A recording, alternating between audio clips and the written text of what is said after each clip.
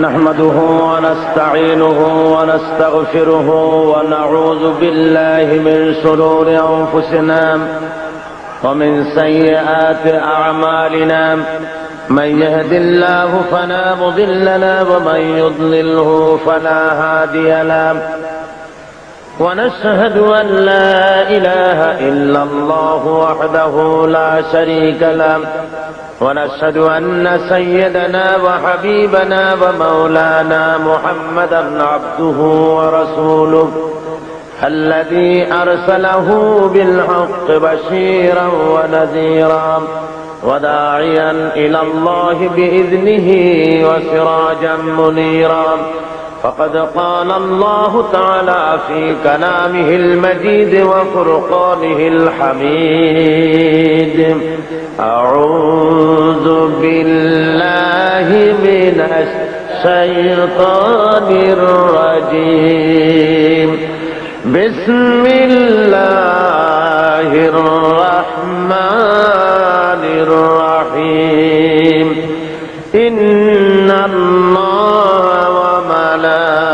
وملائكته يصلون على النبي يا أيها الذين آمنوا صلوا عليه وسلموا تسليما اللهم صل على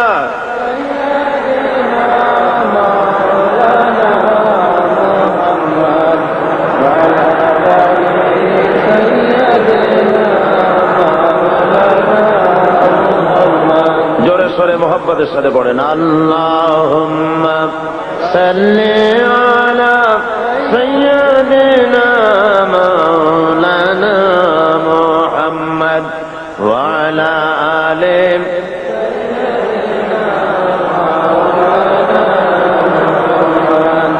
نسیمہ جانب بطحا گزر کن زحوالم محمد را خبر کن بلغ العلا بکمالہ کشف الدجا بجمالہ حسنت جمیع خصالہ صلو علیہ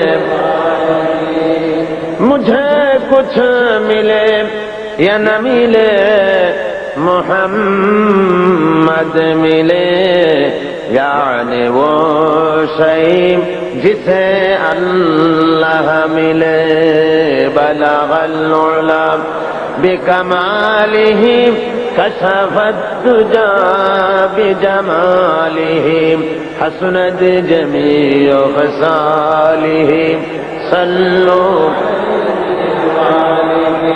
یہ تیری معراج تھی کہ تو لوح قلم تک پہنچا اور میری معراج ہے کہ میں تیرے قدم تک پہنچا بلغ العلا بکمالہ کشف الدجا بجمالہ حسنت جمیع خصالہ صلو علیہ اللہم آمین ربنا ظلمنا أنفسنا وإن لم تغفر لنا وترحمنا لنكونن من الخاسرين رب العالمين চট্টগ্রাম ইসলামী সমাজ কল্যাণ পরিষদ কর্তৃক আয়োজিত 5 দিন ব্যাপী তাফসীরুল কোরআনের মাহফিল লক্ষ লক্ষ মুসলমান নরনারী কয়েকবার দুরুদ ও সালাম পড়ে তোমার দরবারে হাত তুলেছি মেহেরবানি করে দুরুদ ও সালাম যখন সোনার মদিনায় নবী পাকের রওজা মুবারকে পৌঁছে দাও तमाम পৃথিবীর মাটির নিচে যত মুমিন মুমিনাত শুয়ে আছেন আয় আল্লাহ তাদের আরওয়ার পরে সওয়াব পৌঁছায়া দাও রব্বুল আলামিন এই মাহফিলের আয়োজন যারা করেছেন আর শোনার জন্য যারা এসেছেন কিয়ামতের দিন মুসিবতের সময় এই মাহফিল আমাদের সকলের জন্য নাজাতের জরিয়া বানিয়ে দিও আল্লাহ ইয়া রব کرم تو اگر کرے وہ بات دے زباں کو जो दिल पर असर करे। रब्बना तक़ब्बल मिन्ना इन्नका अंतस समीउल अलीम व तुब अलैना इन्नका अंतत तव्वाबुर रहीम। सुब्हान रब्बिका रब्बिल इज्जति अम्मा यसिफून व सलामुन अलल मुरसलीन वल्हम्दुलिल्लाहि रब्बिल आलमीन। मोहतरम जनाब सदर, भ्रातृप्रतिम आंतर्जातिक ख्याति सम्पन्न आलेम दीन मुफस्सिर कुरान हजरतुल अल्लाम अलहाज मौलाना सैयद कमालुद्दीन जफरी मद्दजुल्लुल आली 1235 খ্রিস্টাব্দে शेखुल हदीस हजरतुल अल्लाम अलहाज मौलाना अबुल कासिम मोहम्मद सिफातुल्लाह साहेब दामत बरकातुहुल आलिया, मशाइख एज़ाम, हजरात उलमाए किराम, सम्मानित सुधी मंडली, उपस्थित आमार दीनदार ईमानदार मुसलमान भाइरा, पर्दार आड़ालेर मा ओ बोनेरा, अस्सलामु आलाइकुम व रहमतुल्लाहि व बाराकातुहु। महान আল্লাহ রব্বুল আলামিনের দরবারে আলিশানে লাখো কোটি শুকর আদায় করছি যে মহান আল্লাহ আমাদেরকে আজ ইসলামী সমাজ কল্যাণ পরিষদ চট্টগ্রাম কর্তৃক আয়োজিত তাদের বার্ষিক তাফসীরুল কোরআন মাহফিলের আজকের সমাপনী দিবসে যে মহান মাহবুব আমাদের এখানে উপস্থিত হওয়ার তৌফিক দিলেন, তার দরবারে আমরা সকলে শুকরগুজার হচ্ছি। অত্যন্ত বিনীতভাবে শ্রদ্ধা জড়িত কণ্ঠে হৃদয়ের সবটুকুন শ্রদ্ধা নিংড়ায়া আমরা সমস্বরে একযোগে পড়ছি আলহামদুলিল্লাহ। সমস্বরে একযোগে চিৎকার দিয়ে মহব্বতের সাথে পড়েন আলহামদুলিল্লাহ। বন্ধুগণ, কোরআনে হাকিম থেকে আপনাদের সামনে গত 4 দিন ধরে আলোচনা হয়েছে। কোরআন শরীফের তাফসীরের উপরে বলার জন্য আজও মুফাসসিরে কোরআন এখানে আরো সম্মানিত দুজন এখানে বসে আছেন। যেহেতু আজকে শেষ দিন, আমি অনুমান করছি বহু দূর দারাজ থেকে লোকেরা এসেছেন, আবার যাওয়ার জন্য বাসের ব্যবস্থাও নাই। সেই জন্য ওস্তাদ সমতুল্য এ দুইজন সম্মানিত মেহমানকে কথা বলার সুযোগ দেওয়া গেল না বলে আমরা সকলেই দুঃখিত। তাড়াতাড়ি করে যাতে আমরা মূল আলোচনা শুরু করতে পারি এবং শেষ করতে পারি, আখেরি মোনাজাতে শরীক হতে পারি, আল্লাহ রাব্বুল আলামিন আমাদের তৌফিক দিন। সবাই বলুন আমিন। গতকাল আপনাদের সামনে আলোচনা করা হয়েছিল আল্লাহর দ্বীনের সাথে যারা দুশ্মনী করে, তাওহীদের সাথে, রিসালাতের সাথে, আখিরাতের সাথে যারা দুশ্মনী করে, তাদের ইন্তেকাম, তাদের কঠোর শাস্তি আল্লাহ রাব্বুল আলামিন কিভাবে করেন কোরআন শরীফ থেকে, সে কথা আপনারা গতকাল শুনেছেন। আজকে শুরু হচ্ছে ৪র্থ রুকু। শয়তান যেন কোন মুসলমানকে এই বরকতপূর্ণ, এই শানওয়ালা, বরকতওয়ালা কোরআনের মাহফিল থেকে যেন আপনাদেরকে কোন রকম উঠায় দিতে না পারে, সেজন্য আসুন মহান আল্লাহর কাছে শয়তানের ওয়াসওয়াসা থেকে আমরা পানাহ চাই। সবাই আমার সাথে পড়েন, আউযু বিল্লাহি মিনাশ শাইতানির রাজীম, বিসমিল্লাহির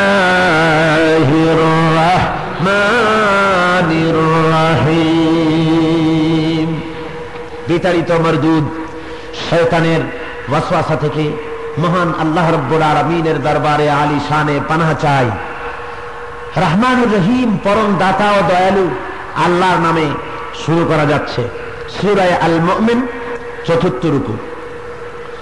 وقال رجل مؤمن من آل فرعون يكتم إيمانه أتقتلون رجلا أن يقول ربي الله وقد جاءكم بالبينات من ربكم وإن يك كاذبا فعليه وإن يك صادقا يصبكم بعض الذي يعدكم إن الله لا يهدي من هو مسرف كذاب صدق الله العظيم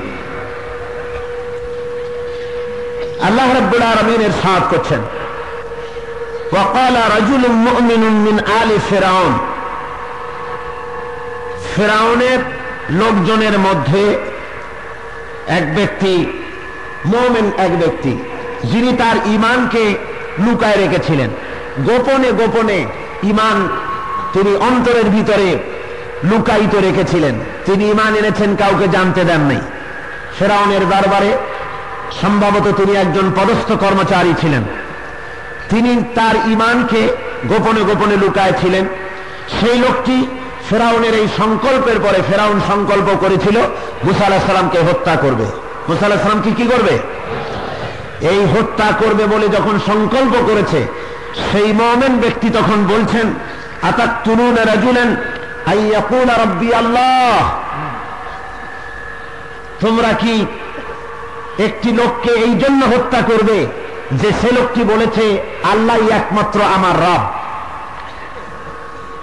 ওয়াকাদ জাআকুম বিল বাইয়িনাতি মির রাব্বিকুম আর তিনি তোমাদের কাছে তোমাদের রবের পক্ষ থেকে স্পষ্ট দলিল ও প্রমাণাদি নিয়ে হাজির হয়েছেন ওয়াইয়াকু কাযিবান ফাআলাইহি হিজবুহু যদি তিনি মিথ্যা বলেন মিথ্যা যদি দাবিদার হন এসব কথার তাহলে এর প্রতিফল তার উপরই আরোপিত হবে ওয়াইয়াকু সাদিকান ইউসিবুকুম বা'দুল্লাযী ইয়াইদুকুম আর যদি তিনি সত্যবাদী হন তাহলে যে ব্যাপারে তিনি তোমাদেরকে ভয় দেখাচ্ছেন সতর্ক করছেন তার কিছু অংশ তো অবশ্যই তোমাদের উপরে আরোপিত হবে ইন্নাল্লাহা লা ইয়াহদি মান হুয়া মুসরিফুন কাযযাব আর আল্লাহ রাব্বুল আলামিন কখনই এমন ব্যক্তিকে হেদায়েত দেন না যে ব্যক্তি সীমা লঙ্ঘনকারী ও মিথ্যাবাদী এ হলো আয়াতের শাব্দিক তর্জমা এখানে বলা হচ্ছে যে লোকটিকে হত্যা করতে চাচ্ছে কেন মুসা আলাইহিস সালামকে হত্যা করতে চাওয়ার কারণ কি কারণ হলো তিনি রব মেনেছেন আল্লাহকে মুসা আলাইহিস সালাম রব মেনেছেন কাকে জোরে বলেন কাকে আল্লাহই হলেন একমাত্র রব এই কথাটা বলার কারণে গোটা রাষ্ট্র গোটা সমাজ ব্যবস্থা তার বিরুদ্ধে খড়গস্ত হয়ে গেল আল্লাহকে রব বলে মেনে নিলে যুগে যুগে দিনের দায়ীদের এ ধরনের বিপদের সম্মুখীন হতে হয় এটাই স্বাভাবিক আল্লাহকে আইনদাতা বিধানদাতা স্রষ্টা হিসাবে মুনিব হিসাবে গ্রহণ করলে এ মুসিবত আসতেই থাকে এটাই স্বাভাবিক এখন রব এই শব্দটির ভিতরে এমন কি আছে যার জন্য এত বড় বিরাট প্রতিক্রিয়া তার কারণ হলো রব শব্দের অর্থ আছে অনেকগুলি যেমন প্রতিপালন করা ক্রমবিকাশ সাধন করা বর্ধিতকরণ প্রাধান্য কর্তৃত্ব সরদারি হুকুম চালানো মালিক হওয়ার অধিকার মালিক হওয়া এ ধরনের অনেকগুলি অর্থ আছে রব শব্দের অর্থ মালিক হও যেমন হাদিস শরীফে এক জায়গা আছে রাসূল করিম সাল্লাল্লাহু আলাইহি ওয়াসাল্লাম এক ব্যক্তিকে জিজ্ঞেস করেছিলেন আরাব্বু গানাম আম রাব্বু ইবিল তুমি কি উটের মালিক না তুমি ভেড়ার মালিক তুমি বকরির মালিক তুমি কোনটার মালিক রব অর্থে মালিকও বুঝানো হয় আবার ঘরের মালিককে রব্বুদ্দার বলা হয় সুতরাং আবার উষ্টের মালিককে উষ্ট্রির মালিককে রব্বুন নাকা বলা হয় এখন এই রব শব্দ কোরআন শরীফে বহুলভাবে আলোচিত হয়েছে বহু জায়গায় এই রব শব্দটি ব্যবহার করা হয়েছে যেমন হযরত ইউসুফ আলাইহিস সালাম তিনি তার এক জায়গায় কোরআন শরীফের ভিতরে সূরা ইউসুফে এক জায়গায় বর্ণনা করা হচ্ছে এভাবে قال معاذ الله ইন্নাহু রাব্বি আহসানা মাসওয়ায়া। আল্লাহ রাব্বুল আলামিন বলেন, হযরত ইউসুফ আলাইহিস তিনি বলেন, আমি আল্লাহর আশ্রয় গ্রহণ করেছি, যিনি আমাকে ভালোভাবে রেখেছেন, আর তিনি হলেন আমার রব, অর্থাৎ আমার রব আমাকে ভালো আশ্রয় রেখেছেন। এখানে রব অর্থে আশ্রয়, রব এখানে আশ্রয় হিসাবে ব্যবহার করা হয়েছে। আবার রব শব্দ সৃষ্টিকর্তা হিসাবেও ব্যবহার করা হয়েছে। যেমন এক জায়গায় কোরআন শরীফে বলা হয়েছে, فَإِنَّهُمْ عَدُوٌّ لِّي إِلَّا رَبَّ الْعَالَمِينَ الَّذِي خَلَقَنِي فَهُوَ يَهْدِينِ وَالَّذِي هُوَ يُطْعِمُنِي وَيَسْقِينِ وَإِذَا مَرِضْتُ فَهُوَ يَشْفِينِ। এখানে বলা হচ্ছে রব্বুল আলামিন বলা হচ্ছে। তো রব্বুল আলামিন কে, তার গুণাবলী কি? রব্বুল আলামিন তিনি যিনি সৃষ্টি করেন এবং হেদায়েত দেন, পথ চলার নির্দেশ দেন। রব তিনি যিনি পানাহার করান, পানও যিনি করান, আহারও যিনি করান। এবং আমি যখন রোগ সজ্জায় পড়ে যাই তখন আমাকে রোগ মুক্ত করেন তিনি হলেন রব। তিনি কি করে বলেন? রব। কোরআন শরীফ অন্যত্র এই শব্দ আরেক জায়গায় ভাবে ব্যবহার করা হয়েছে, রব্বুল মাশরিকি ওয়াল মাগরিবি লা ইলাহা ইল্লা হুয়া ফাত্তাখিযুহু ওয়াকিলা। তিনি প্রাচ্য এবং প্রতীচ্যের রব, তিনি পূর্ব পশ্চিমের রব, তিনি ছাড়া কোনো হিলা নাই। সুতরাং তোমরা নিজের ব্যাপারে একমাত্র আল্লাহকেই জিম্মাদার হিসাবে গ্রহণ করো, আল্লাহর আশ্রয় গ্রহণ করো। আল্লাহ রাব্বুল আলামিন এই রব শব্দ কোরআনে বহু জায়গায় ব্যবহার করেছেন। যেমন সূরা কুরাইশের মধ্যে আমরা এই শব্দটি পাই, কি? ফালইয়াবুদু রাব্ব হাযাল বাইত। সূরা কুরাইশ আপনারা জানেন না?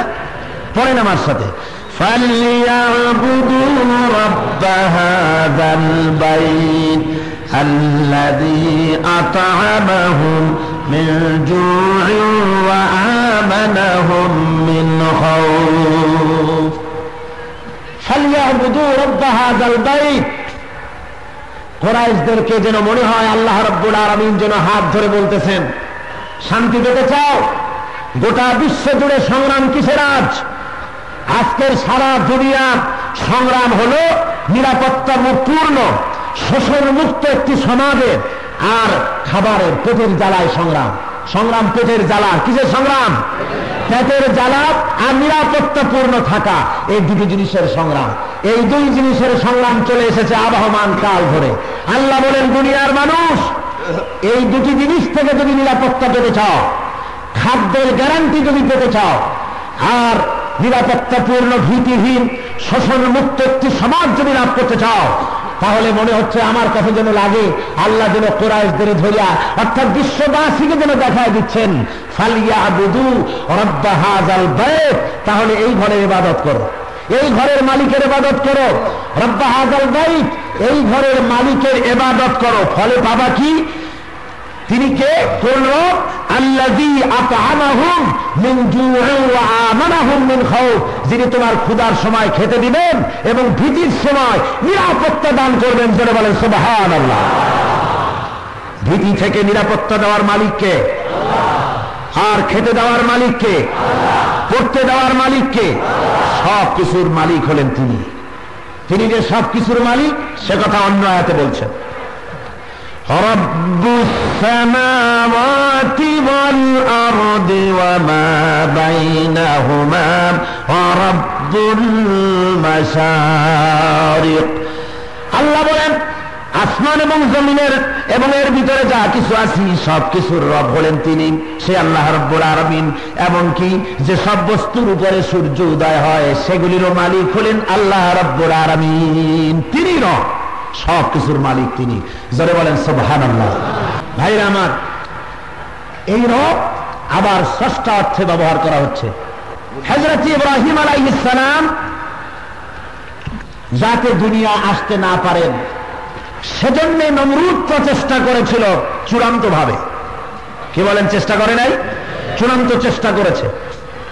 পুত্র সন্তান আসতে দেবে না, তারা খাদের তাবির করেছিল মুআব্বিদরা, যে এমন একটা সন্তান জন্মাবে যে তোমার খোদাগিরি শেষ করাই দেবে। শেষ পর্যন্ত তিনি যাতে দুনিয়ায় না আসতে পারেন সেজন্য স্বামী স্ত্রীর মিলন বন্ধ করার চেষ্টা করেছিল। এরপরে আল্লাহ রাব্বুল আলামিন ফয়সালা নিলেন হযরত ইব্রাহিমকে পাঠাবেন। আল্লাহ যাকে পাঠাতে চান তাকে দুনিয়ায় আসা বন্ধ করার ক্ষমতা কারো আছে? জোরে বলেন, আছে? আল্লাহ ঠিকই পাঠালেন ইব্রাহিম আলাইহিস সালামকে। কোথায় পাঠালেন? ওই হযরত মূসা আলাইহিস সালামকে যেভাবে লালন পালন করাইছিলেন যে জায়গায়, ঠিক নমরুদের রাজ দরবারের প্রধান পুরোহিতের ঘরের মধ্যেই আল্লাহ রাব্বুল আলামিন তাকে দান করলেন। তিনি একটু বড় হলেন, এখন বড় হয়েছেন, মূর্তি বানায়া বাজারে বিক্রয় করতে বলা হয় তাকে। হযরত ইব্রাহিম আলাইহিস সালাম বাপের সামনে কি করবেন? কিশোর মানুষ, এগুলি টানিতে হাতে করে নিয়ে যান, কিন্তু বাপের আড়ালে যখন যান তখন এগুলো ঠ্যাং ধরে টানতে টানতে নিয়ে যান। কদ্দুর গিয়া পানির কাছে নিয়ে সুবান কয়, অনেক কষ্ট হয়েছে তো খোদা, পানি খা, পানি খা। তারপরে বাজারে নিয়ে যান। বাজারে গিয়ে বিক্রি করতে গেলে এখন মূর্তি বিক্রি যারা করে তারা সবাই এই খোদাগুলির বরকত বর্ণনা করে, এটা ঘরে রাখলে এই ফজিলত হবে, সেই ফজিলত হবে, অনেক কিছু বলে। উনি বলছেন যার কপাল পুড়েছে, যে হতভাগ্য, সে ছাড়া এইগুলা কেউ কিনবে না। এখন দধি বিক্রেতা নিজেই যদি বলে যে আমার দইয়ের মতো পচা দই বাজারে আর কেউ আনে না, তাহলে তা কিনবে কেউ? কেউ তো কিনবে না। সুতরাং ইব্রাহিম আলাইহিস সালামকে দিয়ে এটা করানো সম্ভব হলো না। হযরত ইব্রাহিমের মন ছটফট করছে, কে আমার স্রষ্টা, কে আমার মালিক? মাকে জিজ্ঞেস করছে, মা আমার স্রষ্টা কে? মা বলছেন, আমাদের সকলের স্রষ্টাই তো নমরুদ। নমরুদই তো দাবি করেছে রব, তিনি হলেন রব, আইনদাতা, বিধানদাতা, আমরা সবকিছুই তাকে মনে করি।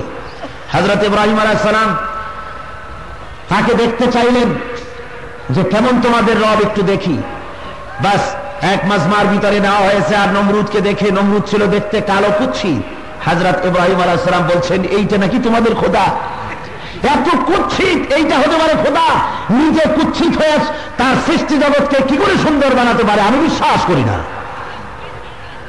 হযরত ইব্রাহিম আলাইহিস সালাম রাতের আধারে রব খুঁজতে লাগলেন, কোথায় রব আছে আমার? আল্লাহ কোরআন শরীফে গোটা বিশ্ববাসীকে ঘটনা শোনাচ্ছেন। فَلَمَّا جَنَّ عَلَيْهِ اللَّيْلُ رَأَى كَوْكَبًا قَالَ هَذَا رَبِّي। যখন তিনি তারকা দেখতে পেলেন, তারকা দেখে মনে করলেন, ঘোষণা করলেন, এটা আমার রব। কিছুক্ষণ পরে ভুল ভেঙে গেল। তারকা যখন অস্তমিত হয়ে গেল, চাঁদ যখন উদিত হয়ে গেল, হযরত ইব্রাহিম বললেন, فَلَمَّا أَفَلَ قَالَ لَا أُحِبُّ الْآفِلِينَ। যে জিনিস অস্তমিত হয়ে যায় তা আবার কেমন করে রব হবে? এরপরে তিনি চন্দ্র দেখলেন, চন্দ্র দেখে ঘোষণা করলেন, فَلَمَّا رَأَى الْقَمَرَ بَازِغًا قَالَ هَذَا رَبِّي। বললেন, এটা আমার রব। এই চাঁদ যখন আবার অস্তমিত হয়ে গেল, তখন তিনি বললেন, لَئِن لَّمْ يَهْدِنِي رَبِّي لَأَكُونَنَّ مِنَ الْقَوْمِ الضَّالِّينَ। প্রকৃতপক্ষের রব যিনি, তিনি যদি আমাকে পথ না দেখান তাহলে তো আমি গোমরাহ হয়ে যেতে পারি। হে প্রভু, হে রব, তুমি কে? আমাকে চেনার তৌফিক দাও। সকাল হয়ে গেল, সূর্য উদিত হয়ে গেল। সূর্যকে দেখে হযরত ইব্রাহিম বললেন, فَلَمَّا رَأَى الشَّمْسَ بَازِغَةً قَالَ هَذَا رَبِّي هَذَا أَكْبَرُ। এটাই আমার রব, আর এটাই হলো বড় রব। দিনের শেষে যখন সূর্য অস্তমিত হয়ে গেল, হযরত ইব্রাহিমের এ ভুলও ভেঙে গেল। তিনি বললেন, যখন সূর্য অস্তমিত হয়ে গেল, হযরত ইব্রাহিম আলাইহিস সালাম বললেন, আলাম্মা আফালাত ক্বালা ইয়া কওমি ইন্নী বারিউম মিম্মা তুশরিকুন। হে জাতি, আমি তোমাদের সাথে একমত নই। তোমরা যে রবের সাথে শিরক করেছো, আমি তোমাদের সাথে একমত নই। এই চন্দ্র প্রভু রব হতে পারে না, সূর্য রব হতে পারে না, তারকা রব হতে পারে না, নমরুদ রব হতে পারে না, কেউ রব নয়। রবকে হযরত ইব্রাহিম বলেন, রবের সন্ধান আমি পেয়ে গেছি। ইন্নী ওয়াজ্জাহাতু ওয়াজহিয়া লিল্লাযী ফাতারাস সামাওয়াতি ওয়াল আরদা হানিফা। নামাজের মুসাল্লা দাঁড়ায় আপনারা পড়েন না? পড়েন আমার সাথে। ইন্নী ওয়াজ্জাহাতু ওয়াজহিয়া লিল্লাযী ফাতারাস সামাওয়াতি ওয়াল আরদা হানিফা ওয়া মা আনা মিনাল মুশরিকিন। নিশ্চয় আমার মুখমণ্ডল, আমার চেহারা ফিরালাম সেই দিকে যিনি আকাশ জমিন সৃষ্টি করেছেন। এই সব কিছুর মালিক যিনি, তিনি হলেন আমার রব। আর আমি মুশরিকদের অন্তর্ভুক্ত নহি। রব স্রষ্টা হিসাবে তিনি চিনে ফেলে দিলেন। জোরে বলেন আলহামদুলিল্লাহ। রব কে? রব স্রষ্টা, আইনদাতা, বিধানদাতা। এখন রব শাসনকর্তা, বিধানদাতা, আইনদাতা হিসেবে বহু অর্থে রবকে ব্যবহার করা হয়েছে। যেমন আরেক জায়গায় কোরআন শরীফে রব এইভাবে ব্যবহার করা হয়েছে, আলাম তারা ইলাল্লাযী হাজ্জা ইব্রাহিম ফি রাব্বিহি আন আতাহু আল্লাহুল মুলক। তুমি কি দেখেছো সেই ব্যক্তিকে, যে ব্যক্তি হযরত ইব্রাহিমের সাথে রবের ব্যাপারে বিতর্ক করেছে? আর তা কেন করেছে? এই জন্য করেছে যেহেতু তাকে রাষ্ট্রের ক্ষমতা দেওয়া হয়েছিল, সে রাষ্ট্রের মালিক হয়েছে, সেই জন্য রব নিয়ে ঝগড়া করেছে। সে মনে করেছে আইনদাতা, ও নিজে আইনদাতা, বিধানদাতা নিজেকে মনে করেছে। আসলে মানুষ রাষ্ট্র ক্ষমতায় যাক আর যেখানে যাক, আইনদাতা সে হতে পারে না, বিধানদাতা সে হতে পারে না। আইনদাতা আর বিধানদাতা হলেন একমাত্র আল্লাহ। জোরে বলেন কে? আরো জোরে বলেন কে? হযরত ইব্রাহিম আলাইহিস সালাম নমরুদকে দ্বীনের দাওয়াত দিলেন, বললেন রব তুমি নও, রব হলেন আল্লাহ। তিনি বললেন, যখন আল্লাহকে রব বললেন, নমরুদ তখন বলল তোমার রবের গুণ কি, তোমার রব কি পারেন, তার গুণকীর্তন কি? হযরত ইব্রাহিম জবাব দিলেন, ইয ক্বালা ইব্রাহিম রাব্বিয়াল্লাযী ইউহয়ী ওয়া ইউমীত। আমার রব কি পারেন? আমার রব তো মৃত্যুকে জিন্দা করেন, জিন্দাকে মৃত্যু করেন। কয় তো আমিও পারি। হ্যাঁ, আনা ওহি ওমি, আমিও জিন্দা করতে পারি, মৃত্যু করতে পারি। সে একটা লোককে ধরে মারি ফেলাই দিল, আর একটারে ছাড়িয়ে দিল। কয় দেখলে আমি একটারে মারি ফেলে দিলাম, হায়াত শেষ করে দিলাম, আর একটার হায়াত দারাজ করে দিলাম। হযরত ইব্রাহিম আলাইহিস সালাম দেখলেন তো ভারী পাগল, এত সহজে বুঝানো যাবে না। আরে তুই কার হায়াত নষ্ট করলি, কারে মারলি? আর ক্বালা ইব্রাহিম ফাইন্নাল্লাহা ইয়াতি বিশ-শামসি মিনাল মাশরিক। আমার রব যিনি, তিনি পূর্ব দিগন্ত থেকে সূর্যকে উদিত করেন এবং পশ্চিম দিগন্তে অস্তমিত করেন। তুমি যদি সত্যি রব হও তাহলে উঠাও তো দেখি আজকে পশ্চিম দিক থেকে সূর্য। ফাবুহিতাল্লাযী কাফার, কাফের হতভম্ব হয়ে গেল, জবাব দিতে পারল না। কিন্তু জবাব দিতে পারত। তাফসীরের ভিতরে এসেছে নমরুদ আর কিছু না পারুক, একটা জবাব তো দিতে পারত। কি জবাব? জবাব দিতে পারত, ইব্রাহিম আমি না হয় পশ্চিম দিক দিয়া, আমি তো একটা দেখাইছি, তুমি বলেছো আল্লাহ জিন্দা করেন আর মৃত্যু করেন, ওইটা তো আমি যেরকম হয় একটা দেখাই দিছি। এখন তোমার রবরে দিয়া একটু পশ্চিম দিক দিয়ে উঠাই দেখাও না, আমরা একটু দেখি। এই কথাটা বললো না কেন? এই কথাটা নমরুদ এই জন্য বলে নাই, এই জন্য বলে নাই যে যদি আমি তাই বলি আর সত্য সত্য যদি ইব্রাহিম তার রবকে দিয়া পশ্চিম দিক দিয়া সূর্য উঠাইয়া দেখানি, তাহলে আমার খোদাগিরির জারি জুরি সব শেষ হয়ে যাবে। এটা তো আর চলবে না। এই জন্য তাকে ফাবুহিতাল্লাযী কাফার, কাফের হতভম্ব হয়ে গেল। এ কথার কোনো জবাব সে দিতে পারল না। বন্ধুগণ, এই জন্য রব হলেন তিনি যিনি আইনদাতা, বিধানদাতা, শাসনকর্তা, সব কিছুর মালিক যিনি, তিনি হলেন রব। তিনি ছাড়া আর কোনো রব নাই। এই জন্য মানুষের তৈরি করা কোনো আইন মুসলমান মানতে পারে না। জোরে বলেন পারে? আরো জোরে বলেন পারে। আমাদের দেশে আজকে যে আইন চলতেছে, আমাদের কোর্ট কাছারি, আমাদের অফিস আদালত, আমাদের শিক্ষানীতি, আমাদের অর্থনীতি, আমাদের সমাজনীতি, আমাদের রাজনীতি, তা কি কোরআনের আইন দিয়া চলে? জোরে বলেন চলে? চলে না। যেহেতু চলে না, সেহেতু মুসলমানেরা এই আইন মানতে পারে না। জোরে বলেন পারে? শুনুন, কথা আমি বলছি না, আল্লাহ বলছেন। কে বলেন? আল্লাহ রাব্বুল আলামিন বলেন, ইত্তাবিউ মা উনজিলা ইলাইকুম মির রাব্বিকুম ওয়ালা তাত্তাবিউ মিন দুনিহি আউলিয়া। তোমার রবের পক্ষ থেকে যা আইন এসেছে, যা নাজিল করা হয়েছে, এইটাকে অনুসরণ করো, আর দুনিয়ার অন্য কাউকে, সবাইকে ত্যাগ করো, কারো আইন মেনো না। আমান লাম ইয়াহকুম বিমা আনজালাল্লাহু ফাউলাইকা হুমুল কাফিরুন ফাউলাইকা হুমুজ জালিমুন ফাউলাইকা হুমুল ফাসিকুন। অর্থাৎ আল্লাহর কোরআন দিয়ে, আল্লাহর আইন দিয়ে যারা বিচার ফয়সালা করে না, তারা কাফির, তারা জালিম, তারা ফাসিক। আজকে এই তিনটি আল্লাহর দেওয়া এই তিনটি বিশেষণের ভেতরে আমরা কম বেশি সবাই জড়িয়ে গেছি। ঠিক কিনা বলেন? সবাই জড়িয়ে গেছি কিনা? সবাই কম বেশি জড়িয়ে গিয়েছি। আজকে আমাদের কল কারখানা, অফিস আদালত, ব্যাংক, আমাদের শিক্ষা ব্যবস্থা, আমাদের সব কিছুর মধ্যে মানুষের তৈরি করা আইন চলছে, অথচ 10 কোটি মুসলমান আমরা বাস করি। কয় কোটি?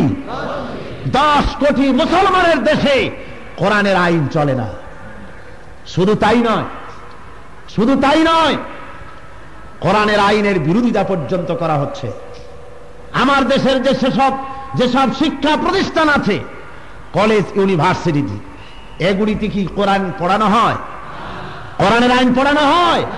কোরআন পড়ানো হয় না, হাদিস পড়ানো হয় না। আজকে আমার দেশের কলেজ এবং ইউনিভার্সিটি থেকে কি বের হচ্ছে? ইল্লা মাশাআল্লাহ, অল্প কিছু সংখ্যক ছাড়া অধিকাংশ ইউনিভার্সিটি গুন্ডার প্রোডাকশন দিচ্ছে। বলেন ঠিক কিনা? জোরে বলেন ঠিক কিনা? আর গভর্নমেন্ট ইউনিভার্সিটিগুলিকে অস্ত্রের কারখানা বানিয়ে রেখেছে।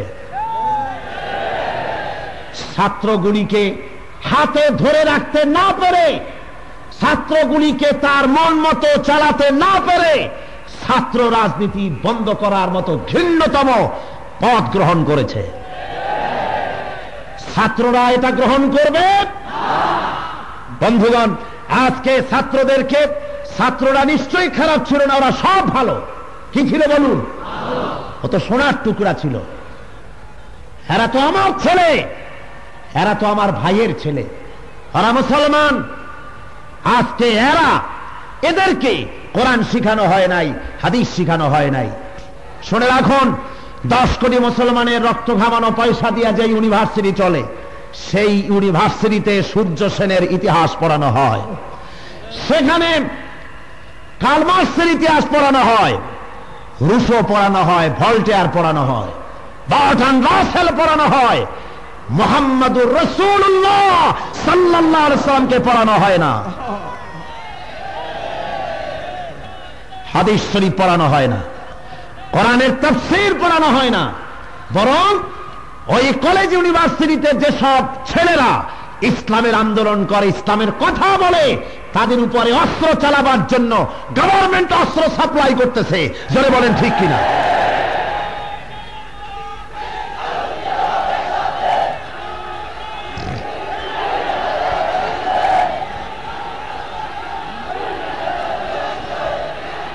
বন্ধুগণ, আজ যদি আমার দেশের কলেজ ইউনিভার্সিটিতে এই কোরআন শরীফের তাফসীর পড়ানো হতো, যদি রবের অর্থ পড়ানো হতো, ইলাহের অর্থ পড়ানো হতো, দ্বীনের অর্থ পড়ানো হতো, ইবাদতের অর্থ পড়ানো হতো, তাওহীদ পড়ানো হতো, রিসালাত পড়ানো হতো, আখিরাত পড়ানো হতো, তাহলে আমার কলেজ ইউনিভার্সিটি আমাকে উপহার দিত খালিদ বিন ওয়ালিদ, আমাকে উপহার দিত সালাউদ্দিন আইয়ুবী, আমাকে উপহার দিত জামালউদ্দিন আফগানি, আমাকে উপহার দিত তারেক মুসা, হযরত ওমরের মতো লোক আমাদেরকে উপহার দিতে সক্ষম হতো। জোরে বলেন সুবহানাল্লাহ। আজকে ইচ্ছে করে সুকৌশলে শিক্ষা ব্যবস্থার সর্বনাশ করে দিয়ে তারপরে নিজস্ব মন গড় আইন ও কানুন চালাবার ব্যবস্থা করা হচ্ছে। বাংলার জমিনে 10 কোটি মুসলমান যে দেশে বাস করে, সেখানে এই মুসলমানদের রব যিনি, হিন্দুদের রব যিনি, জাতি ধর্ম নির্বিশেষে গোটা সৃষ্টি কুলের রব যিনি, আইন চলতে হবে একমাত্র তারই। কার আইন চলবে? বঙ্গভবন থেকে শুরু করে রান্নাঘর পর্যন্ত আইন চলবে কার? আরো জোরে বলেন কার? আল্লাহ ছাড়া আর কারো আইন আমরা এদেশে চালু হতে দেব না। দিবেন আপনারা? জোরে বলেন দিবেন? আল্লাহ নিষেধ করেছেন, আল্লাহ নিষেধ করেছেন, আমার আইন ছাড়া কারো আইন মানতে পারবে না। ভাইরা আমার, এরপরে আল্লাহ রাব্বুল আলামিন বলেন যে আমি যে নবীদের পাঠিয়েছি তারা বাইয়িনাত নিয়ে এসেছে, স্পষ্ট দলিল নিয়ে এসেছে। এই দলিল সহকারে তাদের পাঠানো হয়েছে, তাদেরকে মুজিজা দেওয়া হয়েছে, তাদেরকে কিতাব দেওয়া হয়েছে, সাথে ওহীর জ্ঞান নিয়ে তারা মানুষের সামনে এসেছেন। সুতরাং আমার দেওয়া এই বিধান অনুযায়ী তোমরা জীবনকে পরিচালিত করবে। মানুষের তৈরি করা কোনো আইনের পথে, মানুষের তৈরি করা কোনো পথে তোমরা চলবে না। ওই মুমিন ব্যক্তি তিনি আবার বলছেন, ইয়া কওমি লাকুমুল মুলকুল ইয়াওমা যাহিরিনা ফিল আরদি ফামান ইয়ানসুরুনা মিন বা'সিল্লাহি ইন জাআনা قال فرعون ما أريكم إلا ما أرى وما أهديكم إلا سبيل الرشاد। ওই মুমিন ব্যক্তি বললেন, হে আমার কওম, হে আমার জাতি, হে আমার জাতি, আজ তোমাদের হাতে বিজয়, তোমাদের হাতে বাদশাহী, তোমাদের হাতে। কিন্তু যদি আল্লাহর পক্ষ থেকে আযাব এসে যায় পয়গম্বরকে অস্বীকার করার কারণে, তাহলে কে এমন আছে যে আল্লাহর গজব থেকে আমাদেরকে রক্ষা করতে পারে? কে এমন আছে? ফিরআউন তার জবাবে বলল, قال فرعون ما أريكم إلا ما أرى وما أهديكم إلا سبيل الرشاد। ফিরআউন বলল, আমি তোমাদেরকে সেই মত দেব যে মত আমার দৃষ্টিতে সমীচীন, আর আমি তোমাদেরকে সেই পথই দেখাবো যে পথ সত্য এবং সঠিক। এই কথা দিয়ে বোঝা যায় যে এই যে ব্যক্তি মুমিন হয়েছিলেন, মনে মনের ভিতরে ঈমান তিনি গোপন করে রেখেছিলেন, তিনি খুব সাধারণ লোক ছিলেন না, তিনি উচ্চ পদস্থ কর্মচারী ছিলেন এই দরবারের। ফিরআউন তার কথার কোনো প্রতিবাদ করতে পারেনি, বরং পথ দেখাবার কথা বলেছে যে আমি পথ দেখাবো, ভালো পথ, যে পথে কোনো বিপদ আসবে না, গজব আসবে না। ওই মুমিন ব্যক্তি বললেন, وَقَالَ الَّذِي آمَنَ يَا قَوْمِ إِنِّي أَخَافُ عَلَيْكُمْ مِثْلَ يَوْمِ الْأَحْزَابِ। যে ব্যক্তি ঈমান এনেছিলেন তিনি বললেন, হে আমার জাতি, আমি ভয় পাই অতীতের জাতিগুলির উপরে যেভাবে গজব এসেছিল তোমাদের উপরে সেই দিন আসে নাকি, আমি ভয় পাই। মিসলা দাবি قوم نوح وعاد وثمود والذين من بعدهم وما الله يريد ظلما للعباد।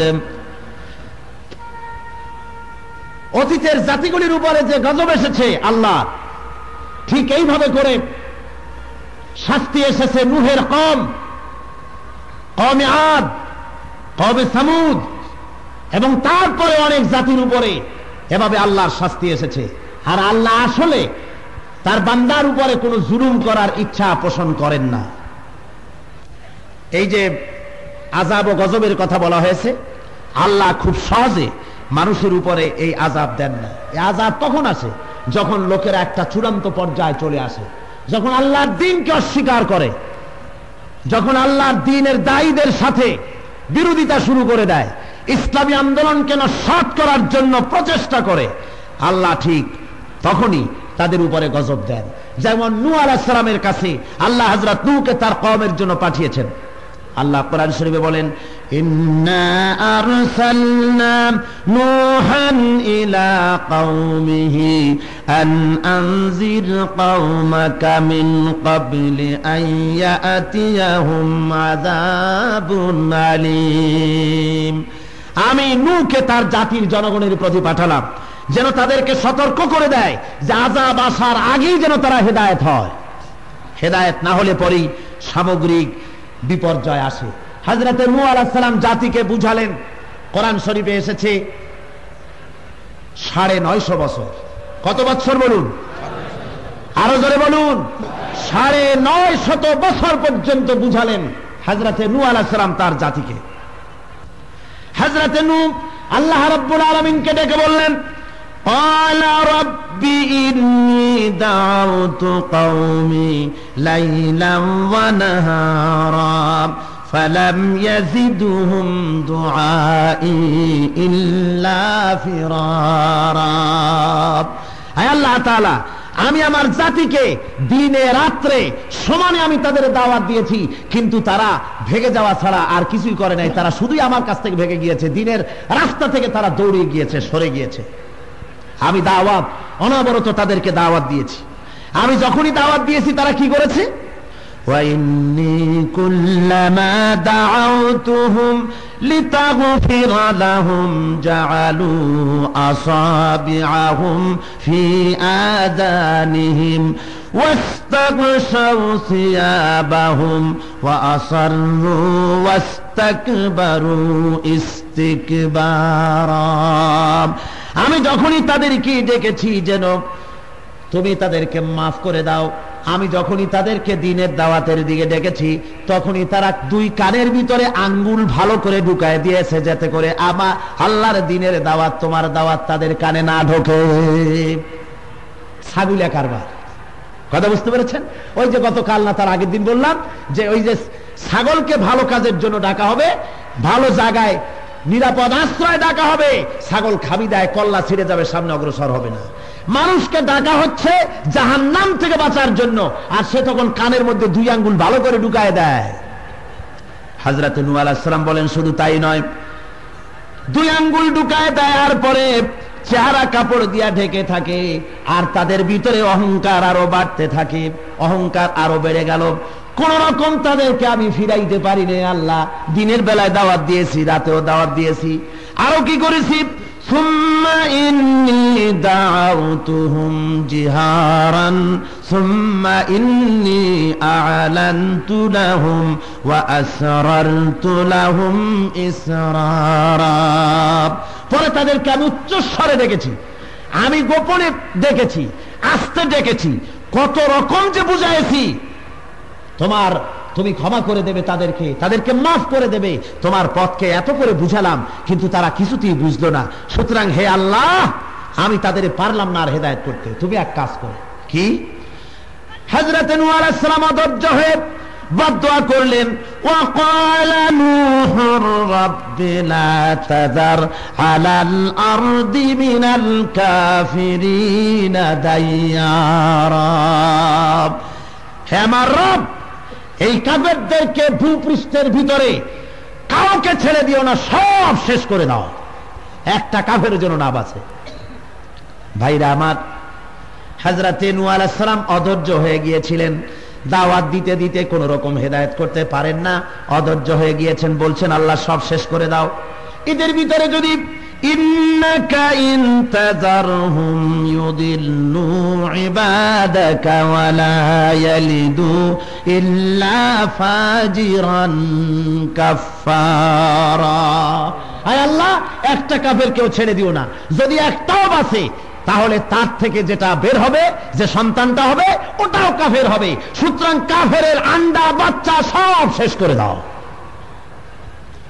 আল্লাহ রাব্বুল আলামিন বললেন, নূহ তাই হবে।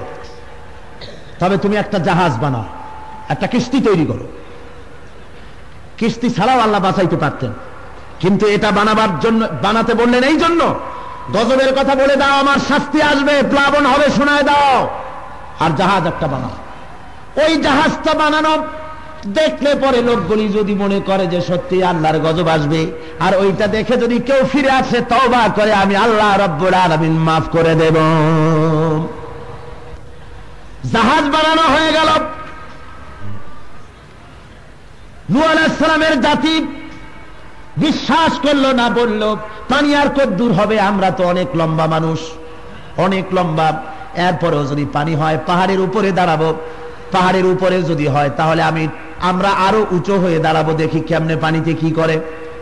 ভাইরা আমার, জাহাজ বানালেন নূহ আলাইহিস সালাম, আর কাফির বেঈমানেরা ওই জাহাজের কান্দায় বসে পায়খানা করা শুরু করে দিল, পাইকারি দরে সবাই মিলে পায়খানা করতেছে। আল্লাহ কয়, নূহ আলাইহিস সালাম বলছেন, আল্লাহ প্লাবন হলে কেমনি কি হবে, সর্বনাশ হয়ে গেছে, জাহাজটারে একেবারে শেষ করে ফেলাইছে। আল্লাহ কয়, অপেক্ষা করো, দেখো কামটা কিভাবে হয়। ওরা পাইকারি দরে পায়খানা করেছে, দূরের থেকে যারা আসছে তারাও করতেছে। একটা বুড়া মানুষ, কুষ্ঠ ব্যাধিগ্রস্ত ব্যক্তি, কাঁপতে কাঁপতে উঠছে, পয়গম্বরের সাথে বিরোধিতা করতেছে, জুমের ঠেলায় উঠা পায়খানা করতে গিয়া কাঁপতে কাঁপতে ওর মধ্যে পড়ে গেছে। তারপরে হাবুডুবু খাইয়া পেটটা ভরিয়া উঠছে, উঠে দেখে সর্বনাশ, গায়ে কোনো দাগ নাই, না বিষ্ঠার দাগ আছে, না কুষ্ঠ ব্যাধির কোনো চিহ্ন আছে, না কোনো দুর্গন্ধ আছে। তার এক বন্ধু এসে বলছে, মিয়া তুমি অমুক এলাকার আমার অমুক বন্ধু না? কয় হ্যাঁ তাই। তোমার গায়ে তো কুষ্ঠ ব্যাধি ছিল, তা গেল কই? আর এত সুগ্রাণ আতর পাইছো কই? কয় যে কিছুই বুঝলাম না, পড়ে গেছিলাম ওইটার মধ্যে, তারপরে উঠলাম, এখন দেখি যে কুষ্ঠ নাই, আরো ঘেরান আসে। লোকটি বলছে হইতেও পারে, এতগুলা লোকে পায়খানা করছে তো সব মিলে একটা কেমিক্যাল রিয়াকশন হয়েছে সম্ভব, তো এটার দ্বারা উপকার হতে পারে। দেখি তো আমার কোমরে দীর্ঘদিনের বেদনা ভালো হয় নাকি, দেখি একটুখানি বাঁ হাতে উঠায় লাগায় ঘষে, দেখে যে সাথে সাথে দেনার দেয়ার কিওর ভালো হয়ে গেছে। বলছে, বন্ধু আমার এলাকার ভিতরে বহু মানুষের দাঁতে যন্ত্রণা আছে, কারো মাথায় যন্ত্রণা আছে, এগুলো নিয়ে যাও। কোন জিনিসের যদি ফজিলত একবার বলে দেওয়া যায় তাহলে লোকেরা যা ভিড় করে। খুলনার জেলার মধ্যে দাকব থানা আছে একটা, ওইখানে এক হিন্দু, তার বাড়িতে একটা ছাগল, সেইটা সম্পর্কে সে বলেছে যে ছাগলে পানি পড়ে দেয়, যে খাবে তার সেই রোগ ভালো হয়ে যাবে। পাইকারি দরে লোকেরা আসা শুরু করলো, ছাগলের কাছে যাই আনে, ছাগল তো একটু শোকে, লোকেরা মনে করে এই বুঝি দম করে দিল, ফু দিয়া দিল। ছাগলের ফু বেশিয়া সে লোক বিরাট বড় লোক, বিল্ডিং বানায় ফেলল।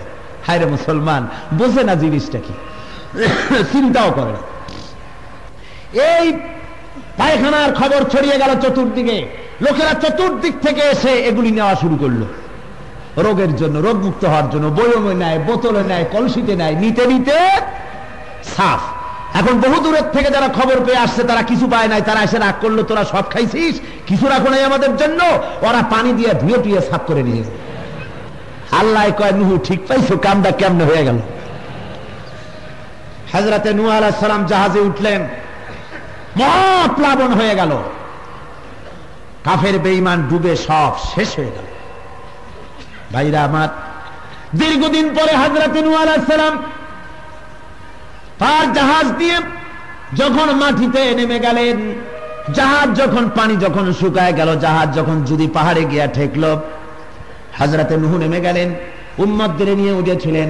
মনের ভিতরে চিন্তা হলো, হায় রে, একটা বুড়ি আমার উপর ঈমান এনেছিল, আমি তারে ওয়াদা করেছিলাম সাথে করে নেব, কিন্তু আমার তো মনে নাই জাহাজ ওঠার সময় ওয়াদা করেছিলাম কি হবে কিয়ামতের দিন, সে বুড়ি তো নাই। হযরত নূহ বলেন, একটু অগ্রসর হয়ে যেন নজরে পড়লো একটা ঝুপড়ির মতো দেখা যায়। উনি চিন্তা করলেন যে এই তুফানের ভিতরে বড় বড় বালাখানা শেষ হয়ে গেল, পাহাড়গুলো নড়বড়ে হয়ে গেল, সেই জায়গায় ঝুপড়ি কেমন করে টিকলো। কাছে যেয়ে দেখেন সত্যি ঝুপড়ি, ভিতরে মানুষ আছে বলে মনে হয়। বাইরে দাঁড়িয়ে জিজ্ঞেস করলেন, এই ঝুপড়ির ভিতরে কে? জবাব এলো, আমি এই ঘরের মালিক। এক বুড়ি, তুমি কেডা? উনি বললেন, আমি এই জামানার পয়গম্বর হযরতে নূহ আলাইহিস সালাম। বুড়ি বলে, তাই হবে হয়তো, পয়গম্বরেরা জীবনেও মিথ্যা কথা কখনো বলতে পারেন না। আমার মনে হয় বন্যা কবে হবে, প্লাবন কবে হবে, ওই খবর দেওয়ার জন্য আপনি আমার বাড়ি এসেছেন।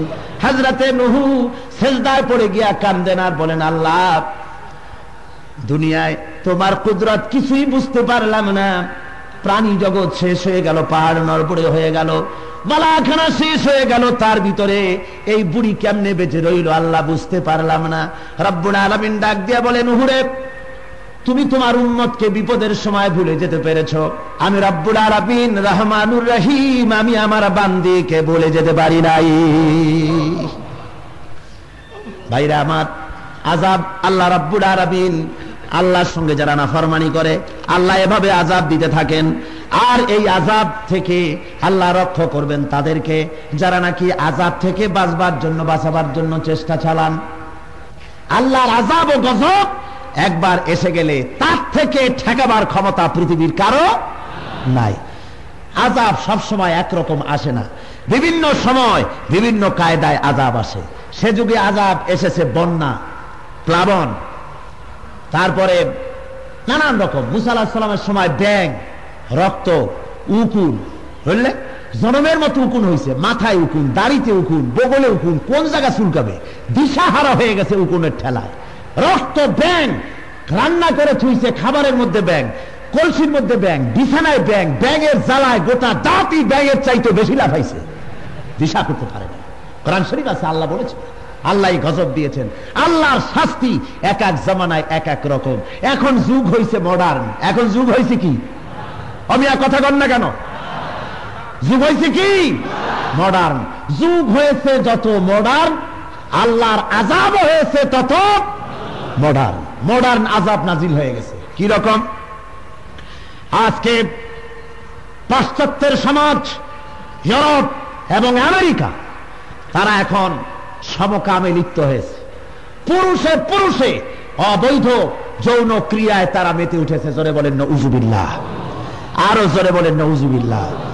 এই সমকামিতার কারণে, এই জঘন্য আচরণের কারণে আল্লাহ রাব্বুল আলামিন তাদের উপরে গজব নাজিল করেছেন। মডার্ন গজবের নাম হলো এইডস। মডার্ন গজবের নাম কি? এইডস। এই গজব যার উপরে নাজিল হয়, বাঁচার আর কোনো পথ নাই। বিশেষজ্ঞরা বলেছেন 200 সালের ভিতরে, না, আগামী 90 সালের ভিতরে, 1990 সন পর্যন্ত এই ধরনের রোগীকে বাঁচাতে পারা যাবে এমন কোন ঔষধ আবিষ্কার হওয়া অসম্ভব বলে তারা মনে করছে। এ রোগ হলে আর উপায় নেই। 2 কারণে এই রোগ হয়। কয় কারণে? 2 কারণে এই রোগ হয়। বিশেষজ্ঞরা বলেছেন একটা কারণ হলো সমকামিতা, আর একটা কারণ হলো ইনজেকশনের মাধ্যমে নেশার কোন জিনিস শরীরের মধ্যে প্রবেশ করানো। এটা আমাদের দেশে চালু হয়েছে। চালু হয়েছে কিনা বলেন? ট্যাবলেটের মাধ্যমে খাওয়ানো হচ্ছে। ট্যাবলেটের মাধ্যমে খায়, নেশা করে, ইনজেকশনের মাধ্যমে নেশা করে। ইনজেকশন দিয়ে শরীরের মধ্যে যে নেশা ঢুকানো হয়, এজন্য এইডস হয়। আর এইডস একবার হলে পরে সংক্রামক ব্যাধির মতো তার স্ত্রীর, তার সন্তানের এটা ছড়াতে থাকে। হলে পরে আর রেহাই নাই। চূড়ান্ত গজব এসে গেছে। ভাইরা আমার, এই সমকামিতা শুরু হয় হযরত লূতের জামানায়। আল্লাহ রাব্বুল আলামিন কোরআন শরীফের ভিতরে বলেন, ওয়ালুতান ইয ক্বালা লিকাওমিহি আতাআতুনাল ফাহিশাতা মা সাবাকাকুম বিহা মিন আহাদিম মিনাল আলামিন। এবং লূত আর তার জাতিকে আল্লাহ বললেন, তোমরা কি এমন জঘন্য পাপ করবে যা এর পূর্বে পৃথিবীতে কোন জাতি করে নাই। আল্লাহ তাদের উপরে চূড়ান্ত গজব দিলেন। কি গজব দিলেন? জমিনটারে হযরত জিবরাইলকে পাঠায় দিলেন, জমিনটারে উঁচা করিয়া উল্টায় দাও। জমিনটারে আল্লাহ রাব্বুল আলামিন ফেরেশতা দিয়া উঁচা করিয়া লূত আলাইহিস সালাম এবং তার মেয়েকে সরাই দিলেন। জমিনটারে উঁচা করলেন। তাফসীরে এসেছে জমিন এত উঁচায় উঠেছে যে ওই জমিনে বসবাসরত যে সমস্ত প্রাণী আছে, সেই প্রাণীকুলের চিৎকার আল্লাহর আকাশের ফেরেশতারা শুনতে পেয়েছিল। সুবহানাল্লাহ। এত উঁচায় উঠাইয়া ওইখান থেকে ফেলাই দিয়েছে, জবরকে জের করে দিয়েছে। কত বড় ক্ষমতা আমার আল্লাহ! জোরে বলেন সুবহানাল্লাহ। জোরে বলেন সুবহানাল্লাহ। ইহুদিদের কিতাবে সেই ধ্বংসপ্রাপ্ত এলাকার নাম ছিল সদম, যা বর্তমানে ডেড সি নামক হ্রদের লবণ হ্রদের দক্ষিণাংশে অবস্থিত। এই জন্য ইংরেজিতে এই কুকর্মটির নাম রাখা হয়েছে সডমি। এই কাজটি যারা করে তাদের চাইতে জঘন্যতম পাপী আল্লাহর জমিনে আর হতে পারে না। বন্ধুগণ, 50-এর দশকে ব্রিটিশ পার্লামেন্টে বয়স্কদের এই পুরুষে পুরুষে সমকামিতার জন্য পার্লামেন্টে তারা এটা কোনো অপরাধের কাজ নয় বলে তারা পাশ করে নিয়েছে, যেরকম নাউজুবিল্লাহ। ব্রিটিশ পার্লামেন্টে 70-এর দশকে যুক্তরাষ্ট্রে এ জঘন্য পাপকে সামাজিক স্বীকৃতি দিয়েছে তারা, যারা বলেন নাউজুবিল্লাহ। আমি গত সেপ্টেম্বর এবং অক্টোবর মাসে আমেরিকা সফর করেছি। নিউ ইয়র্ক সিটিতে যখন আমি ম্যানহাটন এলাকায় ঢুকেছি, তখন আমাকে দেখানো হলো, যারা আমাকে ঘুরাচ্ছিলেন তারা দেখালেন একটা এলাকা, অনেকগুলি বিল্ডিং, বললেন এই এলাকাটিকে হোমোসেক্সুয়াল এলাকা বলা হয়। এই এলাকায় কলেজের ইউনিভার্সিটির বহু প্রফেসর আছে, এই সবগুলি হোমোসেক্সুয়াল অর্থাৎ পুরুষে পুরুষে সমকামিতায় তারা লিপ্ত, যেরকম নাউজুবিল্লাহ। শুধু তাই নয়, তারা সেখানে পুরুষে পুরুষে বিবাহ জায়েজ করেছে, তারা পুরুষে পুরুষে বিবাহ করছে, জোরে বলেন নাউজুবিল্লাহ, আরো জোরে কন নাউজুবিল্লাহ। এই জঘন্যতম পাপ সেখানে চালু হয়েছে, শান্তি নাই, কি যে করবে দিশা করতে পারে না তারা। স্ত্রীর সামনে স্বামী পরনারীর কাছে যাচ্ছে, পরনারী স্বামীর সামনে অন্য পুরুষের সঙ্গে ধেই ধেই করে নেচে বেড়াচ্ছে।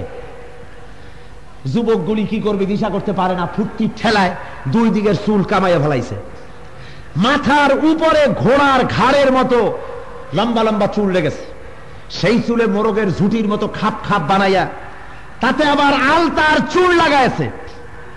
দৃশ্য দেখলে মনে হয়, আমি বলেছি যে শয়তানে যদি দেখে নাকে রুমাল দিয়ে হাসবে, বলবে যে এইগুলা আমাদের চাইতেও বড় শয়তানে পরিণত হয়ে গেছে। শান্তি নাই, অশান্তির আগুন জ্বলছে সেখানে। সুতরাং এই পাপ থেকে, এই জঘন্যতম পাপ থেকে বাঁচার জন্য সকলের তওবা করা উচিত, যদি কারো মধ্যে এই বদভ্যাস থাকে। আর এই পাপ যতই মডার্ন হবে, আল্লাহর গজব তত মডার্ন হয়ে আসবে। এর থেকে বাঁচবার আর কোনো পথ নাই আযাব থেকে, আল্লাহর পথে আসা ছাড়া। সুতরাং আল্লাহর পথে আমাদের আসতে হবে। কার পথে আসতে হবে? জোরে বলেন, কার পথে? আল্লাহর পথে আমাদের আসতে হবে। মহব্বতের সাথে একটুখানি দরুদ শরীফ পড়েন। সালাতুন ইয়া রাসূলুল্লাহ আলাইকুম, সালামুন ইয়া হাবিবাল্লাহ আলাইকুম, সালাতুন ইয়া।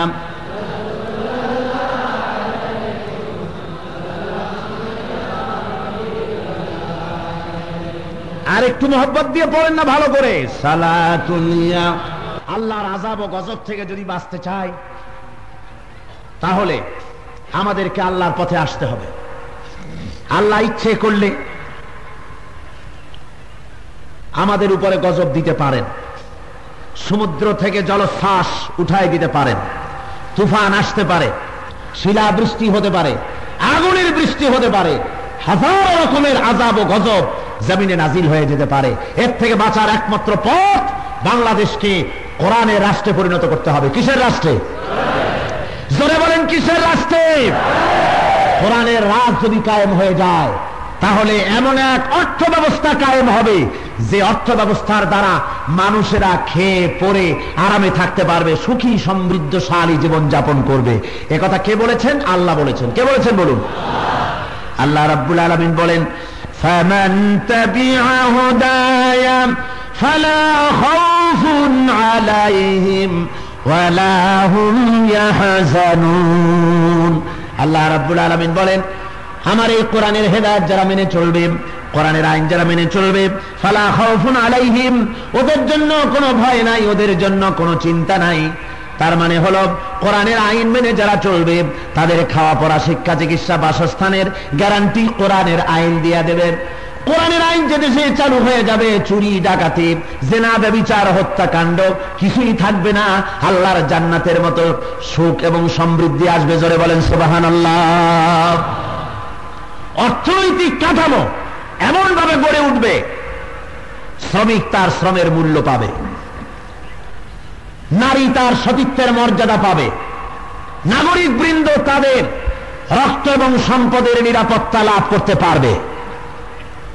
তার কারণ হলো ইসলামী গভর্নমেন্ট যখন হয়ে যাবে, তো আল্লাহর হুকুম মাফিক সমস্ত সম্পদের, আল্লাহর কোরআনের আয়াত মাফিক সমস্ত সম্পদের মালিক হবেন আল্লাহ। সমস্ত সম্পদের মালিক কে? জোরে বলেন কে? আল্লাহ বলছেন লিল্লাহি মা ফিস সামাওয়াতি ওয়া মা ফিল আরদ। পড়েন সবাই, লিল্লাহি মা ফিস সামাওয়াতি ওয়া মা ফিল আরদ। আসমানে আর জমিনে যা কিছু আছে সব আল্লাহর জন্য। সম্পদশালী ব্যক্তি, সম্পদের মালিক হলেন আল্লাহ, কিন্তু সম্পদশালী ব্যক্তি ওই মালিকানার আমানতদার মাত্র। কিছুদিনের জন্য তার কাছে আমানত রাখা হয়েছে, ওই আমানতের মাল সে খরচ করবে আল্লাহর হুকুম মাফিক। আল্লাহর হুকুম ছাড়া সে খরচ করতে পারবে না। মহান আল্লাহ রাব্বুল আলামিন বলেন, ওয়া আনফিকু মিম্মা জাআলাকুম মুস্তাখলাফিনা ফি। আল্লাহ যে ধন সম্পদ তোমাদেরকে দান করেছেন, এর ভিতরে গরিবদের হক আছে, গরিবদের হকটা দিয়ে দাও, তাদের জন্য ব্যয় করো।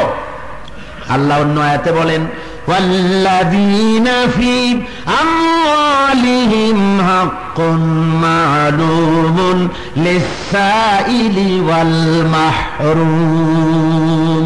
ধনীদের সম্পদে গরিবদের অধিকার আছে।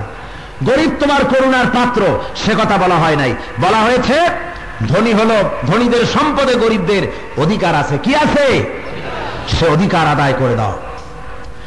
তোমার সম্পদের মধ্যে গরিবদের যে অধিকার আছে, সে অধিকারকে আদায় করার জন্য আল্লাহ রাব্বুল আলামিন কোরআন শরীফের মধ্যে নির্দেশ করেছেন, বলেছেন, ওয়া আনফিকু মিম্মা রাযাকনাকুম। তোমাদেরকে যে রিজিক আল্লাহ দান করেছেন, তার থেকে আল্লাহর রাস্তায় খরচ করো। প্রশ্ন হয়েছে নবীর কাছে, ওয়াইয়াস আনুনাকা মাযা ইউনফিকুন। আল্লাহ রাব্বুল আলামিন বলেন, নবী আপনার কাছে প্রশ্ন করা হয় কি খরচ করব? কুলিল আফওয়া। হে নবী আপনি বলে দেন, প্রয়োজনের অতিরিক্ত জিনিস আল্লাহর রাস্তায় খরচ করে দাও। প্রয়োজনের অতিরিক্ত জিনিস কার রাস্তায় খরচ করবেন? আল্লাহর রাস্তায়। সেই প্রয়োজনের অতিরিক্ত জিনিস আজকে আল্লাহর রাস্তায় খরচ হচ্ছে না। আজকে আরো বাড়ি, আরো গাড়ি, আরো কলকারখানা, আরো সৌন্দর্য বাড়ানো হতেছে, অথচ মানুষ না খেয়ে জমিনে কষ্ট পাচ্ছে। কি বলেন ঠিক না? জোরে বলেন ঠিক না? সমাজতান্ত্রিক অর্থ ব্যবস্থা দিয়ে এই দুরবস্থা দূর করা যাবে? জোরে বলেন যাবে? এই যুবক ছেলেরা ৩-৪ জন এখান থেকে উঠে হাঁটতেছো কেন? তোমরা বসো, কোন ছেলে দাঁড়াবে না। একটা বৃদ্ধ মানুষ উঠলে মনে করা যায় যে পেশাব করতে যাচ্ছে, তোমরা দাঁড়িয়েছো কেন? কোন যুবক ছেলে কাউকে উঠতে দিবেন না, যে যেখান থেকে উঠবে জোর করে ধরবেন আর আস্তে বসায় দিবেন। বন্ধুগণ, সমাজতান্ত্রিক অর্থ ব্যবস্থা দিয়ে এই ব্যবস্থার এই দুরবস্থা নিরসন করা সম্ভব হবে না। জোরে বলেন হবে? পুঁজিবাদী অর্থ ব্যবস্থা দিয়ে হবে? হবে না। এই পৃথিবীর মানবতার জন্য শ্রেষ্ঠ দুশ্মন হলো দুইটা। কয়টা? পৃথিবীর সমস্ত মানবতার জন্য শ্রেষ্ঠ দুশ্মন কয়টা? জোরে কন, আরো জোরে বলেন। তার একটি হলো আমেরিকা, একটি হলো পুঁজিবাদী সাম্রাজ্যবাদী আমেরিকা, আর একটি হলো ঘৃণিত সমাজবাদী রাশিয়া। দুটি পৃথিবীর দুই এক্সট্রিম, চূড়ান্ত দুই প্রান্তে দাঁড়িয়ে আছে। আমি যেমন সমাজতান্ত্রিক দেশও দেখেছি, সাথে সাথে পুঁজিবাদী দেশও দেখেছি। পুঁজিবাদী সমাজ ব্যবস্থাও মানুষকে শান্তি দিতে পারে নাই, সমাজবাদীরাও পারে নাই। পুঁজিবাদী দেশ আমেরিকা দেখেছি, আমেরিকা প্লেনেও সফর করেছি, গাড়িতেও সফর করেছি, ঘুরে ঘুরে দেখেছি বিশাল এই দেশ আমেরিকা। একটি মহাদেশ নিয়ে একটি দেশ, জমিন তাতে এত উর্বর, যা লাগায় তাই হয়। কত বড় দেশ জানেন? আমার প্রোগ্রামগুলি হয়েছে, আজকে প্রোগ্রাম যদি চিটাগং, কালকে বোম্বে, পরশুদিন জেদ্দা, অর্থাৎ এক একটা প্রোগ্রাম থেকে আর একটা প্রোগ্রামের দূরত্ব ১৫০০ মাইল, ২০০০ মাইল, ২৫০০ মাইল, একই দেশের মধ্যে। কত বড় দেশ এখন চিন্তা করেন। তাদের জমিন ভীষণ রকম উর্বর। আমি দেখে দেখে আফসোস করতেছিলাম, আল্লাহ, এ ধরনের একটি জমিন যদি ইসলামের হাতে থাকতো, সারা দুনিয়ার অভুক্ত মানুষগুলিকে, সারা দুনিয়ার মানুষগুলিকে মুসলমান বানাবার সুযোগ হয়ে যেত। তারা কি করে? তারা তাদের জমিনে ফসল ফলায় না। তাদের দেশের মানুষ কত, তাদের ক্ষেতে কত লক্ষ টন গমের দরকার, আলুর দরকার, ধানের দরকার, এবং পৃথিবীর ছোট ছোট দেশগুলিকে ঋণগ্রস্ত করে ঠ্যাঙের তলে রাখার জন্য কত লক্ষ টন দরকার, হিসাব করে তারা উৎপাদন করে। কিন্তু তারপরেও সঠিক হিসাবে তা হয় না, কিছু বাড়তি হয়। আর এই বাড়তি ফসল তারা গম, আটা, গম, আলু, ধান লক্ষ লক্ষ টন তারা নিক্ষেপ করে আটলান্টিক মহাসাগরে। কখন? এই ঘৃণ্যতম পুঁজিবাদী আমেরিকা তাদের গম আর আলু নিক্ষেপ করে সেই সময় মহাসমুদ্রে, যখন ইথিওপিয়ায় লক্ষ লক্ষ মানুষ খরা পীড়িত হয়ে না খেয়ে ক্ষুধার জ্বালায় ধুকে ধুকে মরতেছে। পোল্যান্ডও তাই করতেছে। জোরে বলেন ঠিক কিনা? ওদের নেতা বলেছে বাংলাদেশে আফগান স্টাইলে বিপ্লব ঘটাবে, বলে নাই? আমি বলেছি বাংলাদেশ কমিউনিস্টদের দেশ নয়, কার্ল মার্কসের দেশ নয়। বাংলার মাটি যেমন রবীন্দ্রনাথের মাটি নয়, তেমন সূর্য সেনেরও মাটি নয়, লেনিন হেগেলের মাটি নয়। এ মাটি হাজী শরিয়াতুল্লাহর মাটি। এ মাটি আওলাদে রাসূল মাহমুদ মুস্তাফা রাহমাতুল্লাহ আলাইহির মাটি।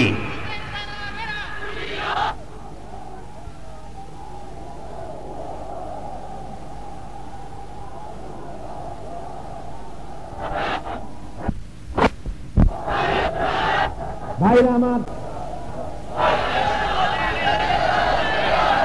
আজকে 12 আউলিয়ার দেশ, এই জমিন বীর চট্টলা, আল্লাহর হাজার ওলি এ মাটিতে ঘুমিয়ে আছেন। বলেন ঠিক কিনা? জোরে বলেন ঠিক কিনা? আরো জোরে বলুন। তাহলে বীর চট্টলার মুসলমানেরা, কমিউনিস্টরা হলো কাফের। কমিউনিস্টরা কি বলুন? লেনিন কাফের, কার্ল মার্কস কাফের, মাও সেতুং কাফের। এই কুফরি মতবাদের পাত্তা বীর চট্টলার মাটিতে হবে। জোরে বলেন হবে। ভাইরা আমার,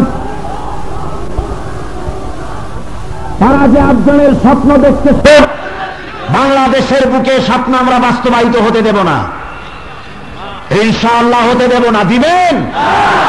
দিব না। সমাজতন্ত্রের জায়গা এখানে নাই। সমাজতন্ত্রীরা সরে নাও, তওবা করে ফিরে আসো। আল্লাহর দরজা খোলা, আল্লাহর রহমতের দরজা কি খোলা। তোমরা আমাদেরই ভাই, তোমরা আমাদেরই ভাই। তোমরা চাও শোষণ মুক্ত সমাজ, আমরাও চাই সমাজ শোষণ মুক্ত সমাজ। তোমরা চাও লেনিন মার্কসের পথে, আমরা চাই মুহাম্মদুর রাসূলুল্লাহর পথে। সুতরাং তোমাদের ওই পথ দিয়ে শান্তি আসবে না। আসবে? জোরে বলেন আসবে? আসতে পারে না। দরজা খুলে দেওয়া হলো, ফিরে আসো, সবাই ফিরে আসো। আমার যুবক ভাইরা, বাংলাদেশের জমিনে আল্লাহর দেওয়া বিধানকে কায়েম করার জন্য সমস্ত মুসলমানদেরকে আজ ঐক্যবদ্ধ হতে হবে। আমরা যে দাওয়াত দিয়েছি জনগণকে, সেই দাওয়াত ওরা ডাকে মানুষের তৈরি করা মতবাদের দিকে, আমরা ডাকি আল্লাহর দিকে। কার দিকে?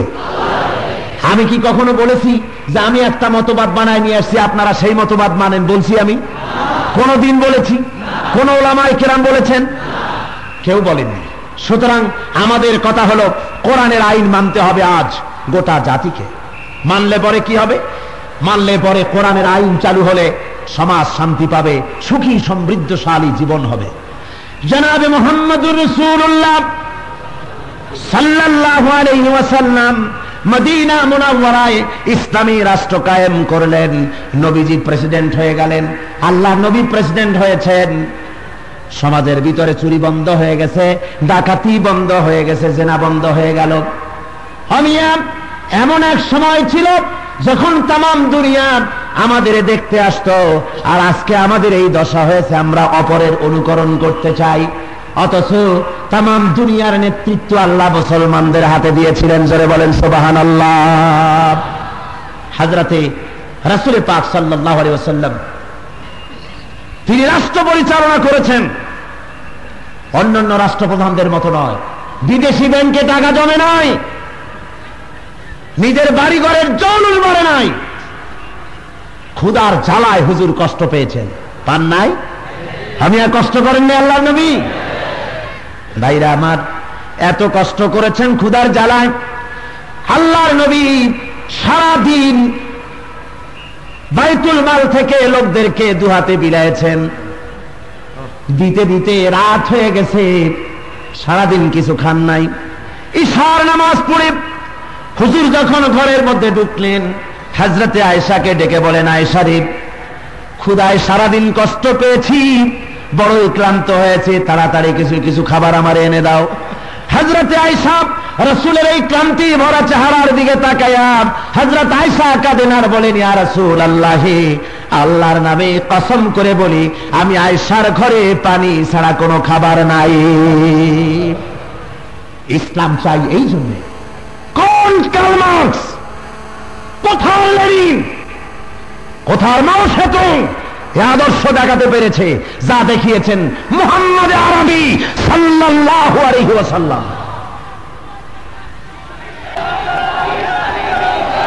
ভাইরা আমার, হযরত নূর সাল্লাল্লাহু আলাইহি ওয়াসাল্লাম শোষণমুক্ত সমাজ তিনি কায়েম করেছিলেন। বাইতুল মাল উদ্বোধন করার দিনে তিনি বলেছিলেন, মান তারাকা দায়নান আও দিয়ান ফালাইয়া। রাসূল পাক বলেছিলেন, রাষ্ট্রপ্রধান হিসাবে বাইতুল মাল উদ্বোধনী দিনে বলেছিলেন, ঋণগ্রস্ত ব্যক্তি যদি ঋণ পরিশোধ করে মারা যায়, ঋণগ্রস্ত ব্যক্তি যদি ঋণ পরিশোধ না করে মারা যায়, তাহলে তার ঋণের বোঝা, তার অসহায় এতিম বাল বাচ্চার সমস্ত বোঝা আমি রাষ্ট্রপ্রধান মুহাম্মদ সাল্লাল্লাহু আলাইহি ওয়াসাল্লাম আমার কাঁধে উঠায় নিলাম। জোরে বলেন সুবহানাল্লাহ। সরওয়ারে কায়নাত দিয়েছেন পৃথিবীর সবচাইতে শ্রেষ্ঠতম আদর্শ। ও আমার কলিজার টুকরা ভাইরা, কলেজ ইউনিভার্সিটির হীরকখণ্ড রত্নরাজি, কলেজ ইউনিভার্সিটির মণিমুক্তা, বাংলাদেশের দামাল ছেলেরা, বেরিয়ে আসো। লেনিন মাওয়ের মার্ক্সের বুকে লাথি মেরে বেরিয়ে আসো। সমাজতন্ত্র আর কমিউনিজমের বুকে লাথি মেরে বেরিয়ে আসো। মদিনার রাসূল পাক দুহাত প্রসারিত করে দাঁড়িয়ে আছেন তোমাদের জন্য।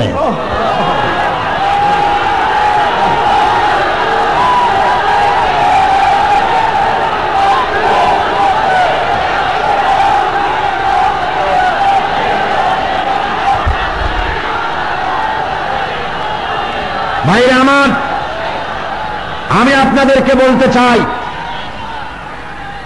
এদেশ বাংলাদেশের মাটি ইসলামের জন্য অ্যালটমেন্ট হয়ে গেছে, ইসলামের জন্য এ মাটি রিজার্ভ হয়ে গেছে।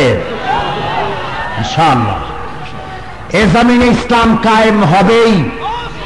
এ জমিনের বুকে ইসলামের পতাকা তোমার উঠবেই, কোনো সন্দেহ নাই ইনশাআল্লাহ। আমার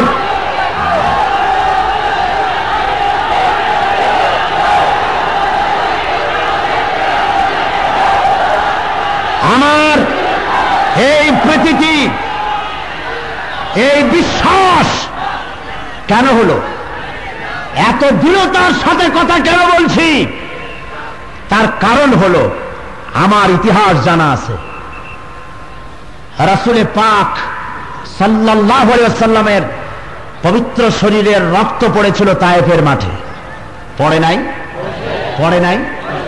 আল্লাহর হাবিবের রক্ত তায়েফের ময়দান লাল হয়ে গিয়েছে আল্লাহর নবীর রক্ত দিয়া। 3 বারের বার যেখানে আল্লাহর নবী বেহুশ হয়ে পড়েছিলেন, গায়ের রক্ত যেখানে সবচাইতে বেশি পড়েছিল, আমাকে তায়েফের লোকেরা বলেছে এই জায়গাটায় আল্লাহর নবী তৃতীয়বারে বেহুশ হয়ে পড়েছিলেন, এই জায়গায় রাসূলের গায়ের রক্ত সবচাইতে বেশি পড়েছিল। আমি ওই জায়গায় সেজদায় পড়ে চিল্লায় কেঁদেছি। আমার মনে হয়েছে যেন 1400 বছরের পুরানা আল্লাহর নবীর তাজা রক্ত যেন আমার নাকের কাছে যেন ধরা পড়ে গেছে। আমি কেঁদে কেঁদে আল্লাহর দরবারে বলেছি, রব্বুল আলামিন, তোমার হাবিবের রক্ত যেই জমিনে পড়লো ওই জমিনে তুমি গজব দাও নাই, ইসলামকে ওই জমিনে তুমি কায়েম করে দিয়েছো। আমরা রাসূল দেখি নাই, আমরা রাসূলের সাহাবী দেখি নাই, কিন্তু আওলাদ রাসূল দেখেছি, আওলাদ রাসূল দেখেছি, দেখি নাই?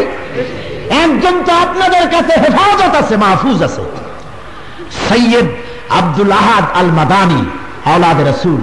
অমিয়া আন্দাজে বানায়া সৈয়দ বানায়া আন্দাজে শ্রদ্ধা করলে হবে না, পাগল হইও না। আন্দাজে একটার পিছনে দৌড়ে সময় নষ্ট করো না, নেয়ামতের কদর করো। চট্টগ্রামবাসীরা তোমাদের জন্য বড় নেয়ামত, সৈয়দ আব্দুল আহাদ আল মাদানী, আওলাদ রাসূল, নেয়ামত। জোরে বলেন আলহামদুলিল্লাহ। আমরা আওলাদ রাসূল দেখেছি, নবী দেখি নাই, নবীর সাহাবী দেখি নাই। আওলাদ রাসূল শহীদ মাহমুদ মুস্তাফা আল মাদানী রাহমাতুল্লাহ আলাইহি, তার রক্ত পড়েছে বাংলার মাটিতে। তিনি ওয়াজ করতেছিলেন, দিনের দুশ্মনেরা বন্দুক নিয়ে এসেছে, ফাঁকা গুলি করেছে। গুলির আওয়াজ শুনে যারা এতদিন আওলাদ রাসূলের সামনে কমলা এনেছে, বেদানা এনেছে, পেঁপে এনেছে, গুলির আওয়াজ শুনে মহব্বতের পাগলগুলি সত্যিই পাগলের মতো দৌড় দিল। ময়দানে উনি একা চেয়ারে বসা, সাথের 2-3 জন লোক। যে বাড়িতে ওনার দাওয়াত ছিল, বাড়িওয়ালা হাজী সাহেব বলছেন, হুজুর আপনার পায়ে ধরি, মেহেরবানি করে আপনি নিচে নেমে বসেন, গুলি লাগবে গায়ে। আওলাদ রাসূল বলছিলেন, তুমি আমাকে নিচে নেমে বসতে বলো, ইমাম হুসাইন কি খুন মেরে বদন পে জারি হ্যায়, হযরত ইমাম হুসাইনের রক্ত আমার শিরায় উপশিরায় প্রবাহিত, আমি বসতে পারি না, বরং এই দিনের অপেক্ষায় আমি ছিলাম। বেঈমানদের ভয় আমি বসতে পারি না। গুলি আসলো, বুকে গ্রহণ করলেন, শাহাদাত বরণ করলেন। আল্লাহর নবীর গায়ের রক্ত দিয়া যেই জমিনে আল্লাহ দিন কায়েম করলেন, রক্তের বিনিময় গজব দেন নাই। আমিও বড় আশা করি, আমরাও আশা করি, নবী দেখি নাই, নবীর সাহাবী দেখি নাই, আওলাদের রাসূল দেখেছি। আর আওলাদের রাসূলের পবিত্র রক্ত বাংলার মাটিতে পড়েছে, ওই রক্ত বৃথা যেতে পারে না। ওই রক্তের উপরে আজ হোক কাল হোক ইসলামের পতাকা উড়বেই।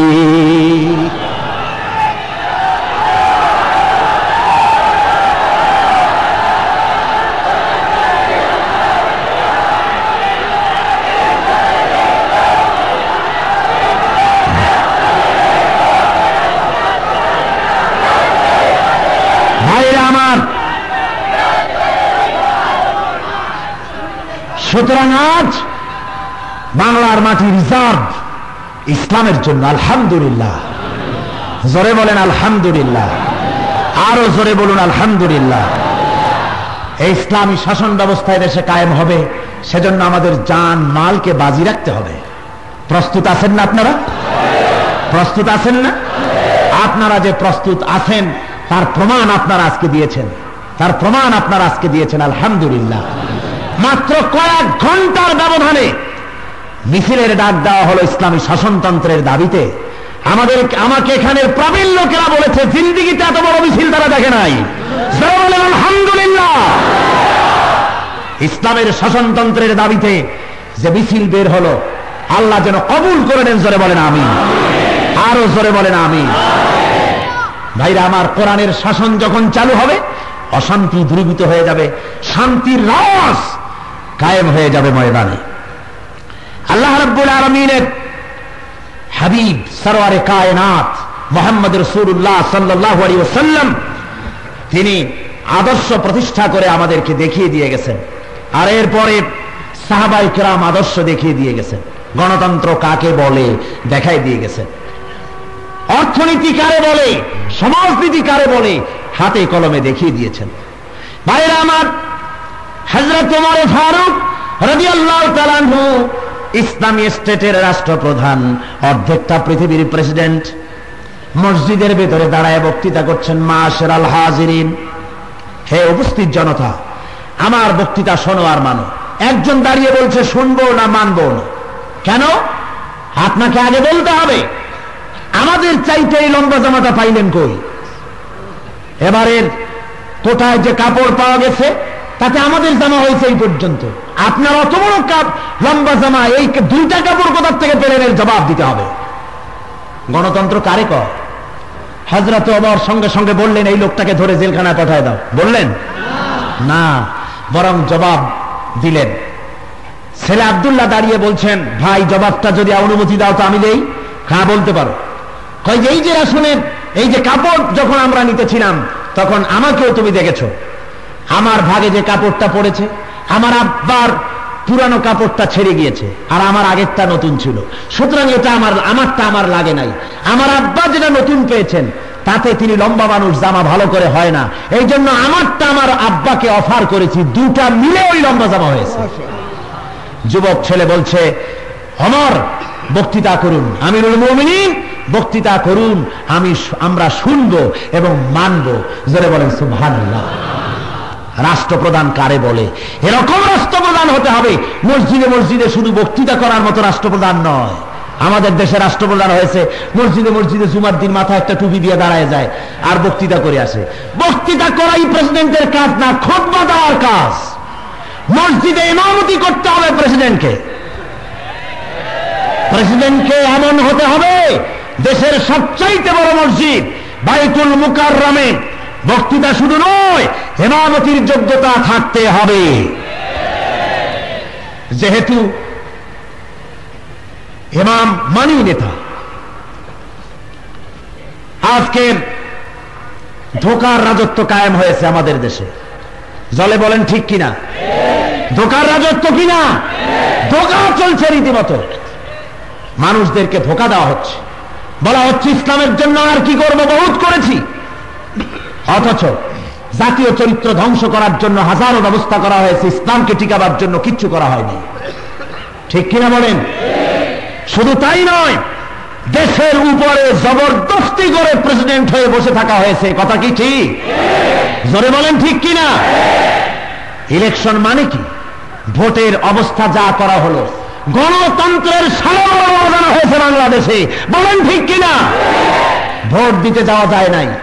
ভোট দিতে যাওয়ার আগে জানি না চট্টগ্রামের অবস্থা কি, অন্যান্য জায়গায় আমি খবর নিয়েছি, তারা বলেছেন ভোট দিতে গিয়ে সকালবেলায় ইলেকশন সেন্টারে যখন গিয়েছি তখন সেখানে যেসব মুচ্চা মেয়ারা বসা ছিল, মুচ্চা মিয়া বোঝেন তো কি, মোষওয়ালা, বড় বড় মোষ, আর কি জানি খাইয়ে আসছে, চোখ দুইটা লাল।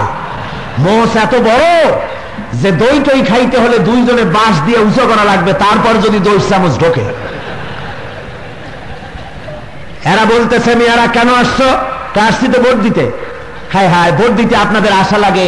কেন আসছেন? আমাদের মতো গুণধর ছেলেরা থাকতে আপনারা আসেন ভোট দিতে, এটা একটা কথা? বাড়ি যাই আরাম করেন, ঘুমান, আপনাদের ভোট রাতেই কাম শেষ। এটা হয়েছে বাংলাদেশের অন্যান্য জায়গায়, চট্টগ্রামে হয়।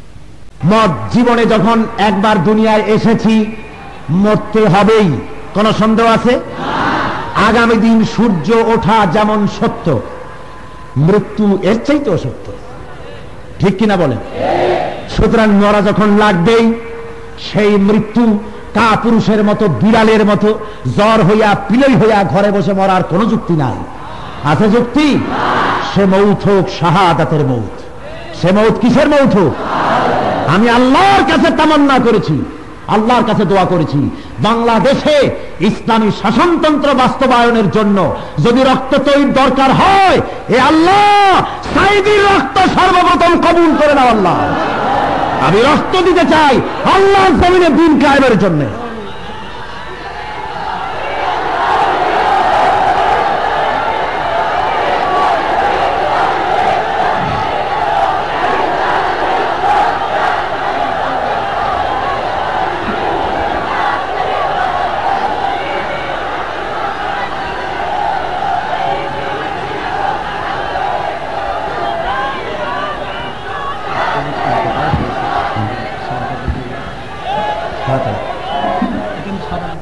ভাইরা আমার, শাহাদাতের মউত আমাদের সকলেরই আশা হওয়া উচিত, ঠিক কিনা?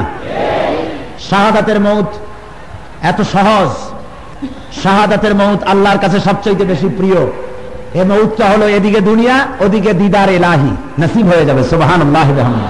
শাহাদাতের মউত একটি সেতু, একদিকে পৃথিবী আর একদিকে জান্নাতুল ফেরদাউস। জোরে বলেন আলহামদুলিল্লাহ। ভাইরা আমার, আল্লাহর দ্বীন কায়েমের জন্য সাহাবায়ে কিরাম রক্ত দিয়েছেন, স্বয়ং আল্লাহর নবী রক্ত দিয়েছেন। বুখারী শরীফের ভিতরে কিতাবুল মাগাজির মধ্যে লেখা রয়েছে, আল্লাহর নবী উহুদের ময়দানে যুদ্ধরত যখন ছিলেন, আর কাফির বেঈমানেরা যখন মুসলমানদেরকে খানিকটা দুর্বলতায় ফেলে দিয়েছে, খানিকটা বেকায়দায় ফেলে দিয়েছিল, আল্লাহর নবীকে তারা ঘেরাও করে ফেলল। সাহাবায়ে কিরাম নবীজির চতুর্দিকে তারা দাঁড়ায় গেল, যাতে নবীজির গায়ে কারো আঘাত না লাগে। আল্লাহ নবীকে বাঁচাতে গিয়ে, তার শরীর বাঁচাতে গিয়া কাফির বেঈমানদের ওই তীরের আঘাত যত সহ্য করতে হয়েছে, তাদের পিঠে সব তীর তারা নিয়েছে, রাসূলের গায়ে যেন না লাগে। যুদ্ধের শেষে দেখা গেছে যত তীর সাহাবায়ে কিরামদের পিঠে ঢুকেছে, তার মধ্যে একা তালহার পিঠের মধ্যে 80টা তীর প্রবেশ করেছিল। আল্লাহ নবী উম্মতের অবস্থা দেখার জন্য যখন মাথা উঠাচ্ছিলেন, তখন দেখা গেল হুজুরের মাথার উপরে আঘাত লেগেছে কাফেরদের, আর লোহার টুপি ভেঙ্গে গিয়া টুকরা হয়ে কপালের ভিতরে ঢুকে গিয়েছে, দান মোবারক শহীদ হয়ে গিয়েছে। নবীজি ঘুরে পড়ে গেলেন। হযরত আবু বাইদা ছুটে এসে রাসূলকে তুলে ধরলেন। হযরত আলী রাদিয়াল্লাহু তাআলা আনহু কপালের উপরে পানি ঢালতে লাগলেন, যাতে করে রক্ত বন্ধ হয়ে যায়। হযরত ফাতিমা দৌড়ে এসে কাপড়ের আঁচল দিয়া রক্ত মুছবার জন্য চেষ্টা করতেছেন, রক্ত বন্ধ হয় না। নবীজি কপালে হাত দিয়া দুটি হাত এক জায়গায় আনলেন, তাকিয়ে দেখলেন রক্ত দিয়া হাত বোঝাই হয়ে গেছে। নবীজি বলতেছেন, আহারে সেই জাতির কল্যাণ কি করে হবে যেই জাতি তার নবীর চেহারা রক্ত দিয়ে লাল বানাইয়া দিল। আল্লাহর নবী দুঃখ করতেছেন। হযরত ফাতেমা একটা চাটাই পোড়ায়া ছাই বানায় এনে কপালের ভিতরে ঢুকায় দিলেন, গর্তের ভিতরে। সঙ্গে সঙ্গে রক্ত বন্ধ হয়ে গেল, কিন্তু চতুর্দিকে ছড়ায় গেল আল্লাহর নবী নাই, আল্লাহর নবী শহীদ হয়ে গেছেন। হযরত ওমরের মতো মানুষ, সিংহ তেজা মানুষ, হাতের থেকে তরবারি পড়ে গেল। আল্লাহর নবী যদি বেঁচে না থাকেন তাহলে কার জন্য যুদ্ধ করব? হারে ময়দানে জালজালা পয়দা হয়ে গিয়েছে। মদিনায় খবর ছড়িয়ে গেল, মানুষ পাগলের মতো দৌড়ানো শুরু করে দিয়েছে। এক মহিলা মদিনা থেকে দৌড়ায় উহুদের দিকে। একজনের সঙ্গে দেখা হলো সাহাবীর সাথে। সাহাবী জিজ্ঞেস করলেন, ওগো মহিলা কোথায় যাও? কয় উহুদে যেতেছি। কয় যাইয়া কোনো লাভ নাই, ওহুদে যে কোনো লাভ নাই। তোমার যে স্বামী এসেছিলেন জিহাদের ময়দানে, তোমার স্বামী শাহাদাত বরণ করেছেন। মহিলা বলেন, কে শহীদ হয়েছে শুনতে চাই না, বরং বলো, তাড়াতাড়ি করে বলো আল্লাহর নবী কেমন আছেন। ওই মহিলা আবার অগ্রসর হয়, আর একজনের সঙ্গে দেখা, সে বলছে, মহিলা কোথায় যাও? কয় উহুদে যেতেছি। কয় যায়া কোনো লাভ নাই, তোমার যে কলিজার টুকরা দুইটা সন্তান এসেছিল, দুটো ছেলেই শাহাদাত বরণ করেছে। মহিলা বলে, কে শহীদ হয়েছে শুনতে চাই না, ওগো নবীর সাহাবী, তাড়াতাড়ি করে বলো আল্লাহর নবী কেমন আছেন। মহিলা দৌড়াতে দৌড়াতে উহুদের ময়দানে সাহাবায়ে কিরাম পরিবেষ্টিত আল্লাহর নবীর কাছে গিয়া হুজুরের চেহারা মোবারক দেখে, হুজুরকে জীবিত অবস্থায় দেখে বলছেন, ইয়া রাসূলুল্লাহ, স্বামী মরা শোক, পিতা মরা শোক, কলিজার টুকরা দুটি সন্তান মরা শোক, সব আমার কলিজা থেকে ধুয়ে মুছে গেছে। হুজুর আপনি বেঁচে আছেন, এটাই আমাদের সান্ত্বনা। ভাইরা আমার, নিজেদের জান বাজি রেখেছেন, নিজেদের বিবি বাল বাচ্চার জান বাজি রেখেছেন, এত কষ্ট করেছেন সাহাবায়ে কেরাম আল্লাহর দ্বীন জমিনে কায়েম করার জন্য। আমার ভাইরা, ওই দ্বীন বাংলার জমিনে কায়েম করার জন্য রক্ত দেওয়ার মতো মুসলমান কি চট্টগ্রামে নাই? আমি আপনাদের বলতে চাই, বেঁচে থেকে কি লাভ হবে যদি জমিনে আল্লাহর দ্বীন কায়েম না হয়ে যায়, কোরআনের শাসন কায়েম না হয়ে যায়। নবীজি দিনের পর দিন না খেয়ে কষ্ট করেছে, ক্ষুধায় কষ্ট করেছেন, রক্ত দিয়েছেন, সাহাবায়ে কেরাম রক্ত দিলেন, কষ্ট করলেন।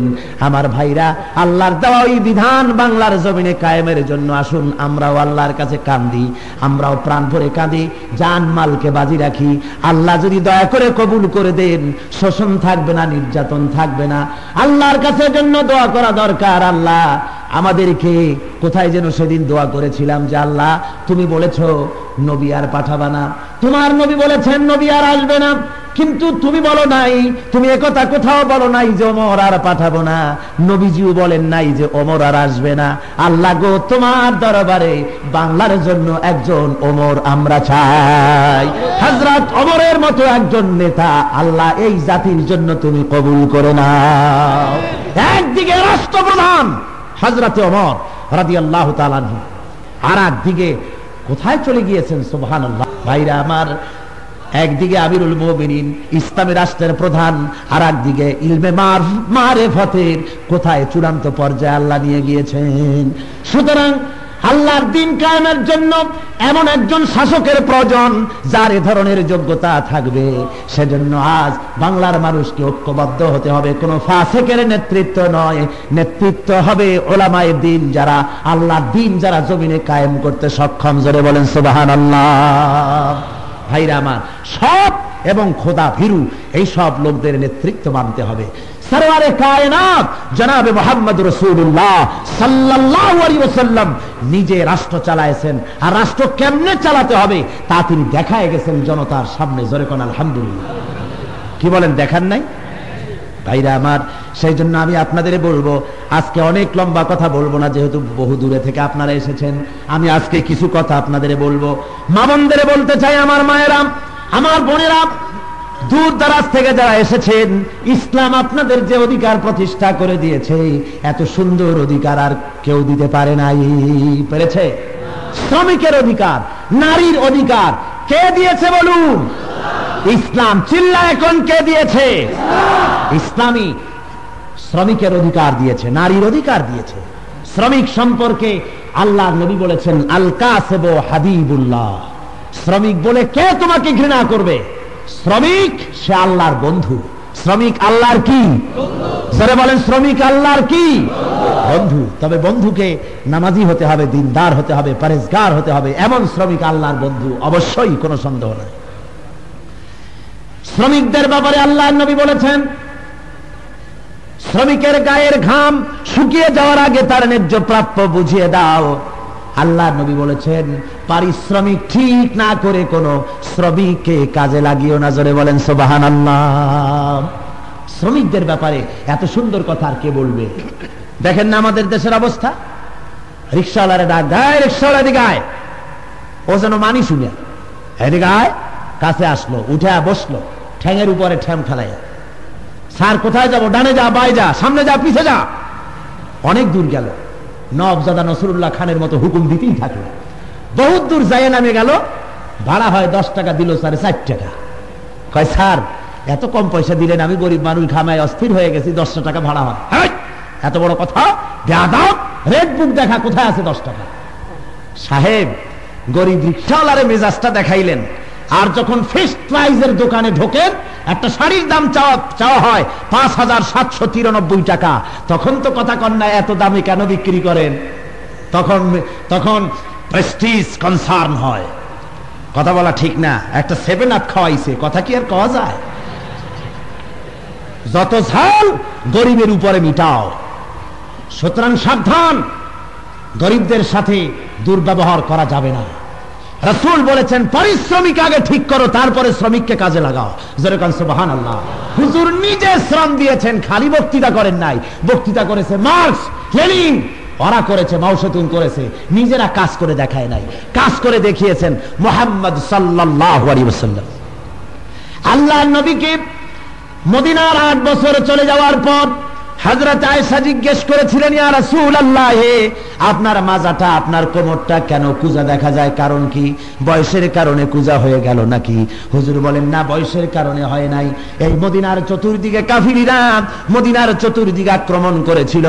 মদিনার চতুর্দিকে মদিনাকে হেফাজতের জন্য আমি যে ট্রেন্স খনন করেছিলাম, বাংকার খনন করেছিলাম, পরীক্ষা খনন করেছিলাম, 3 মাইল লম্বা, 15 ফিট গভীর, 30 ফিট চওড়া, এই 3 মাইল ব্যাপী পরীক্ষা খনন করতে গিয়া আমি মাটি কেটেছি, সাহাবীরা মাটি বহন করেছে, আবার সাহাবীরা মাটি কেটেছে, মাটির ঝুড়ি আমি বহন করেছি, মাটি কেটে কেটে আর বহন করে করে কোমরে যে বেদনা হয়েছে, আজও পর্যন্ত এই বেদনা আমার সেরে যায় নাই। শ্রমের মর্যাদা আল্লাহর নবী নিজে দিয়েছেন। সুতরাং শ্রমিকরা, তোমাদেরকে কমিউনিস্টরা বলে, সমাজতন্ত্রীরা বলে, আমাদের সাথে আসো, আমাদের সাথে ইউনিয়ন করো, আমরা তোমাদের খাওয়ায় পড়ায় রাখবো। শ্রমিকের দলেরা, নেতাগুলার অবস্থা দেখো, ঢাকায় গিয়া বাড়ি একটা না কয়েকটা,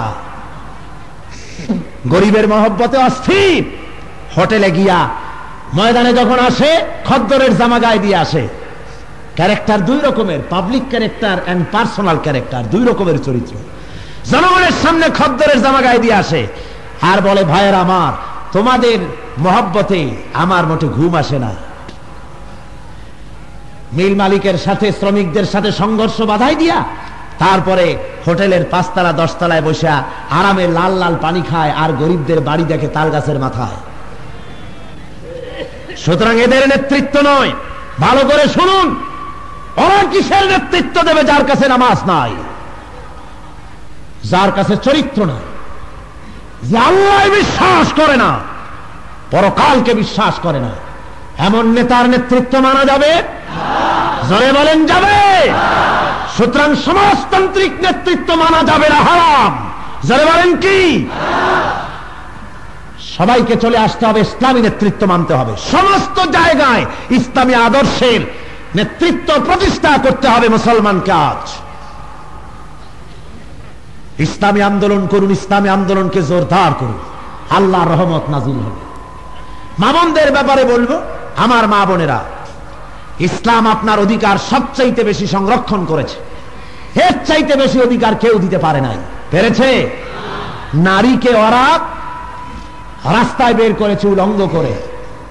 ওরা বলেছে ইসলাম নারীকে পর্দার কথা বলে, পর্দা প্রথা করে তাদেরকে অবরোধের মধ্যে আটকায় রেখেছে। ও নারী, অবরোধ প্রথা ছিঁড়ে ফেলে বাইরে এসো, পুরুষের সাথে কাঁধে কাঁধ মিলিয়ে তোমরা কাজ করো। নারীরা বুঝতে পারলো না, মনে করলো ইসলাম যা বলে আমাদের বুঝি ঠকাচ্ছে, এরাই বুঝি আমার আপন। মায়ের চাইতে মাসির দরদ, একটা কথা আছে না? কথা আছে না? ইসলামের চাইতে দরদার কার? ইসলাম বলেছে পর্দায় থাকো, আর যদি কেউ বলে যে পর্দার বাইরে আসো, সে তোমার দুশ্মন। ঠিক কিনা? ওরা বাইরে বের করলো, নারীকে বাইরে বের করে তারপরে বলল নারীকে কাপড় দিয়ে জড়িয়ে তাকে বাংলার আলো বাতাস থেকে তাকে বঞ্চিত করা হয়েছে। একথা যারা বলল তারা কিন্তু বাংলার আলো বাতাস থেকে নিজেরা সব সময় ঢেকে ঢুকে থাকে যাতে আলো বাতাস না ঢোকে। ঠিক কিনা কর? জামা গায়ে দিয়ে এখানে বোতাম লাগায় যাতে করে হাতের মধ্যে দিয়ে বাংলার আলো বাতাস না ঢোকে। এখানে কলারালা জামা গায়ে দিয়ে টাই কায়দা করে দেয় যাতে একেবারে শ্বাস আটকে যায়, এখান থেকেও যেন বাংলার আলো বাতাস না ঢোকে। তারপরে জুতা পরিয়া, শুট নাকি প্যান্ট নাকি ওর একটা পরে পরিয়া একেবারে জুতাটারে ঢেকে দেয়, খামোখা একটা কবিরা গুনাহ করে। এটা কি কবিরা গুনাহ? আল্লাহ গোসা এদের সাথে কথাও বলবেন না। অনেক মুসল্লি আছে মসজিদের ভিতরে, ইমাম সাহেব মুয়াজ্জিন সাহেব বলেন যাদের কাপড়টা একটু নিচে পড়েছে তাদেরও তারা উপর উঠান, আর নামাজ পড়তে গেলেই উপর উঠায়, মনে হয় যেন শুধু নামাজের সময় এটা হারাম, সব সময়ের জন্য হারাম। ইচ্ছে করে পাপটা কেউ আমলনামায় নেবেন না। পায়ের গিরার নিচে কাপড় পরা হারাম। আল্লাহ কিয়ামতের দিন গোসা করে দিকে তাকাবেনও না। সুতরাং জুতাটারে ঢাইকা তারপরে হাঁটে, তার মানে বাংলার আলো বাতাস নির্দিও যেন না ঢোকে। আর মেয়েগুলিকে নামায় দিয়েছে, তোমাদের পর্দা করে তোমাদের সর্বনাশ করছে, সুতরাং বাইরে আসো। কিভাবে? নাভির এক বিগত নিচে শাড়ি পরো, হাতা কাটা, পেট কাটা, বগল কাটা ব্লাউজ পরে রাস্তায় নামিয়েছে মা বোনদেরকে। যারা আজকে এই প্রগতিবাদী তারা হলো লম্পট। এরা কি? এরা লম্পট প্রবৃত্তিকে চরিতার্থ করার জন্য নারীকে রাস্তায় নামিয়েছে। ঠিক কিনা বলুন? নারী, তাকে আল্লাহ পর্দার কথা বলে তার অধিকার থেকে বঞ্চিত করেনি। নারী ব্যবসা করতে পারবে। হযরত খাদিজা রাদিয়াল্লাহু তাআলা আনহা ব্যবসায়ী ছিলেন, ঠিক কিনা? নারী যুদ্ধ করতে পারবে, নারী চাকরি করতে পারবে, লেখাপড়া করতে পারবে, নারী সব করতে পারবে, কিন্তু শালীনতা পূর্ণভাবে মার্জিতভাবে পর্দার ভেতরে থেকে করতে হবে। ইসলামের দাবি এটাই। ইসলামের দাবি কি? এটাই দাবি। এই দাবি মানতে হবে। নারীকে, আজ নারীকে পুলিশ বানানো হয়েছে। জিয়াউর রহমান সাহেবের আমলে নারীকে পুলিশ বানানো হলো সর্বপ্রথম। এয়ারপোর্টে একজন মহিলা পুলিশের সঙ্গে দেখা হলো। জিজ্ঞেস করলাম, মা তুমি পুলিশ হইছো কেন? মেয়ে লোকটি বলল, মহিলা পুলিশ হুজুর, জাতীয় সম্পদ হেফাজতের জন্য পুলিশ হইছি। আমি বললাম, মা আল্লাহ তোমাকে যে সম্পদ দিয়েছেন এ সম্পদ হেফাজতে কমসে কম 10টা পুলিশ লাগে, আর তুমি জাতীয় সম্পদ হেফাজত করবা, এটা কি করে সম্ভব? অবশ্য নারী পুলিশ দরকার। কোথায়? মহিলা আসামি ধরার জন্য, মহিলা আসামির দেহ তল্লাশির জন্য মহিলা পুলিশ, মহিলা কাস্টম পুলিশ থাকতে পারে, কিন্তু তা পর্দায় থাকবে। এজন্য নিশ্চয়ই নয় যে পুলিশ দিবসে প্রেসিডেন্ট, মন্ত্রিসভা বসে থাকবে আর মহিলা পুলিশ 8-7 পরে শরীরের উঁচু নিচু স্থানগুলি পরিদৃশ্য করে তারপরে মার্চ করবে, জন্য নয়, হারাম।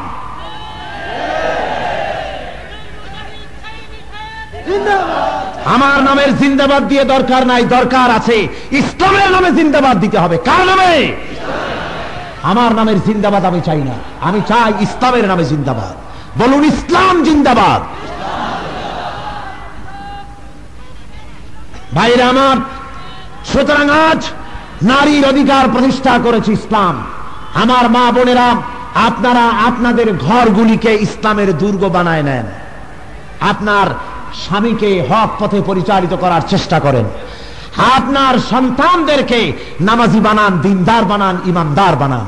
এটাই আপনার দায়িত্ব, এটাই আপনার দায়িত্ব। সন্তানগুলিকে কোরআন শরীফ শিখান, ইসলামী নাম রাখেন, চরিত্রবান বানান, কোরআন শিখান, তাহলেই আপনি আপনার দায়িত্ব পালন করলেন। আজকে এত বড় একটি দেশ, প্রায় 11 কোটির মতো মানুষ বাস করে যে দেশে, সে দেশে একটি মহিলা কলেজ নাই। অর্ধেক জনশক্তি যেখানে নারী, সেখানে একটি মহিলা মেডিকেল কলেজ নাই। আছে মহিলা মেডিকেল কলেজ? নাই। অথচ মহিলা ডাক্তার হওয়া সবচেয়ে বেশি জরুরি, ঠিক কিনা? মেয়েদের এমন অনেক রোগ আছে যা পুরুষ ডাক্তারের কাছে বলতে মরা কবুল, তবু সে রোগের কথা বলতে পারে না, বলে না। এই জন্য মহিলা ডাক্তার বেশি প্রয়োজন। একটি মহিলা মেডিকেল কলেজ দরকার। বর্তমান প্রেসিডেন্ট সাহেবকে আমার সাথে ওনার কথা হচ্ছিল, উনি বললেন, আমি বলছিলাম যে ইসলামের জন্য কিছু করেন। উনি বললেন অনেক কিছু করেছি। আমি বললাম যা করেছেন ওটা মলম, আসল কাজ করুন।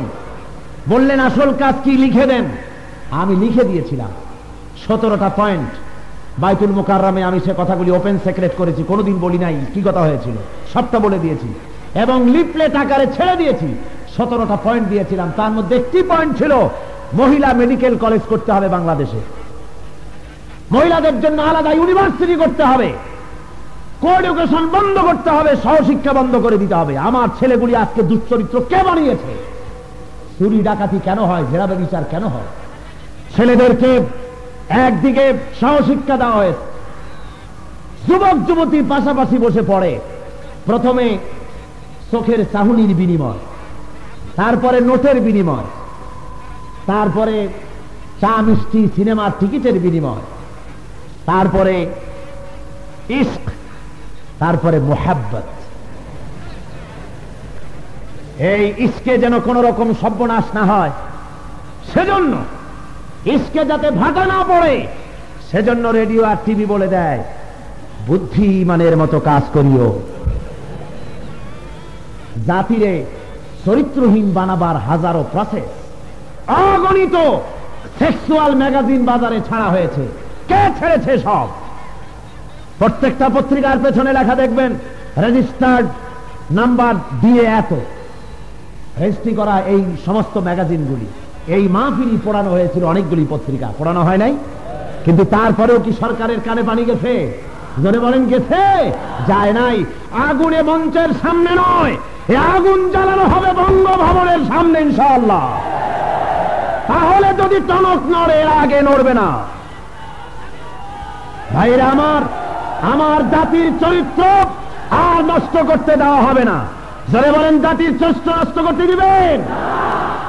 ছাগলকে যদি বলা হয় ছাগল, বিড়ালকে বলা হলো বিড়াল, এই যে পিরিচে মালাই দেখো, এ মালাই কিন্তু আমার না, এ পিরিচের মালাই সলিমউদ্দিন মৌলভী সাহেবের, তার জন্য রাখা হয়েছে যত্ন করে।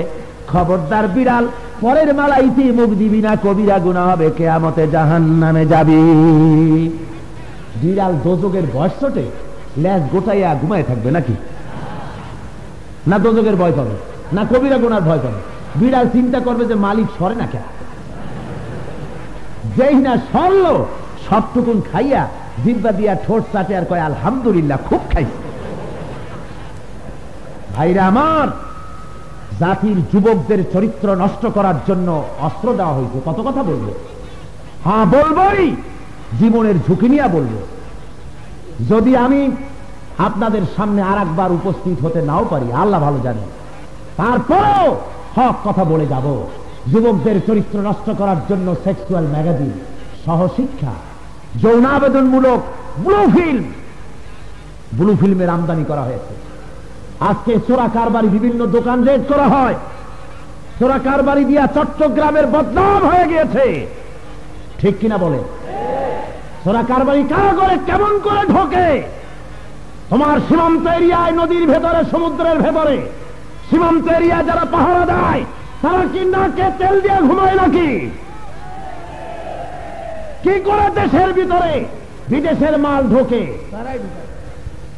এই অবৈধ মাল ঢুকানো হলো, তারপরে সিগারেট পোড়ানো হলো, বিদেশি মদ পোড়ানো হলো।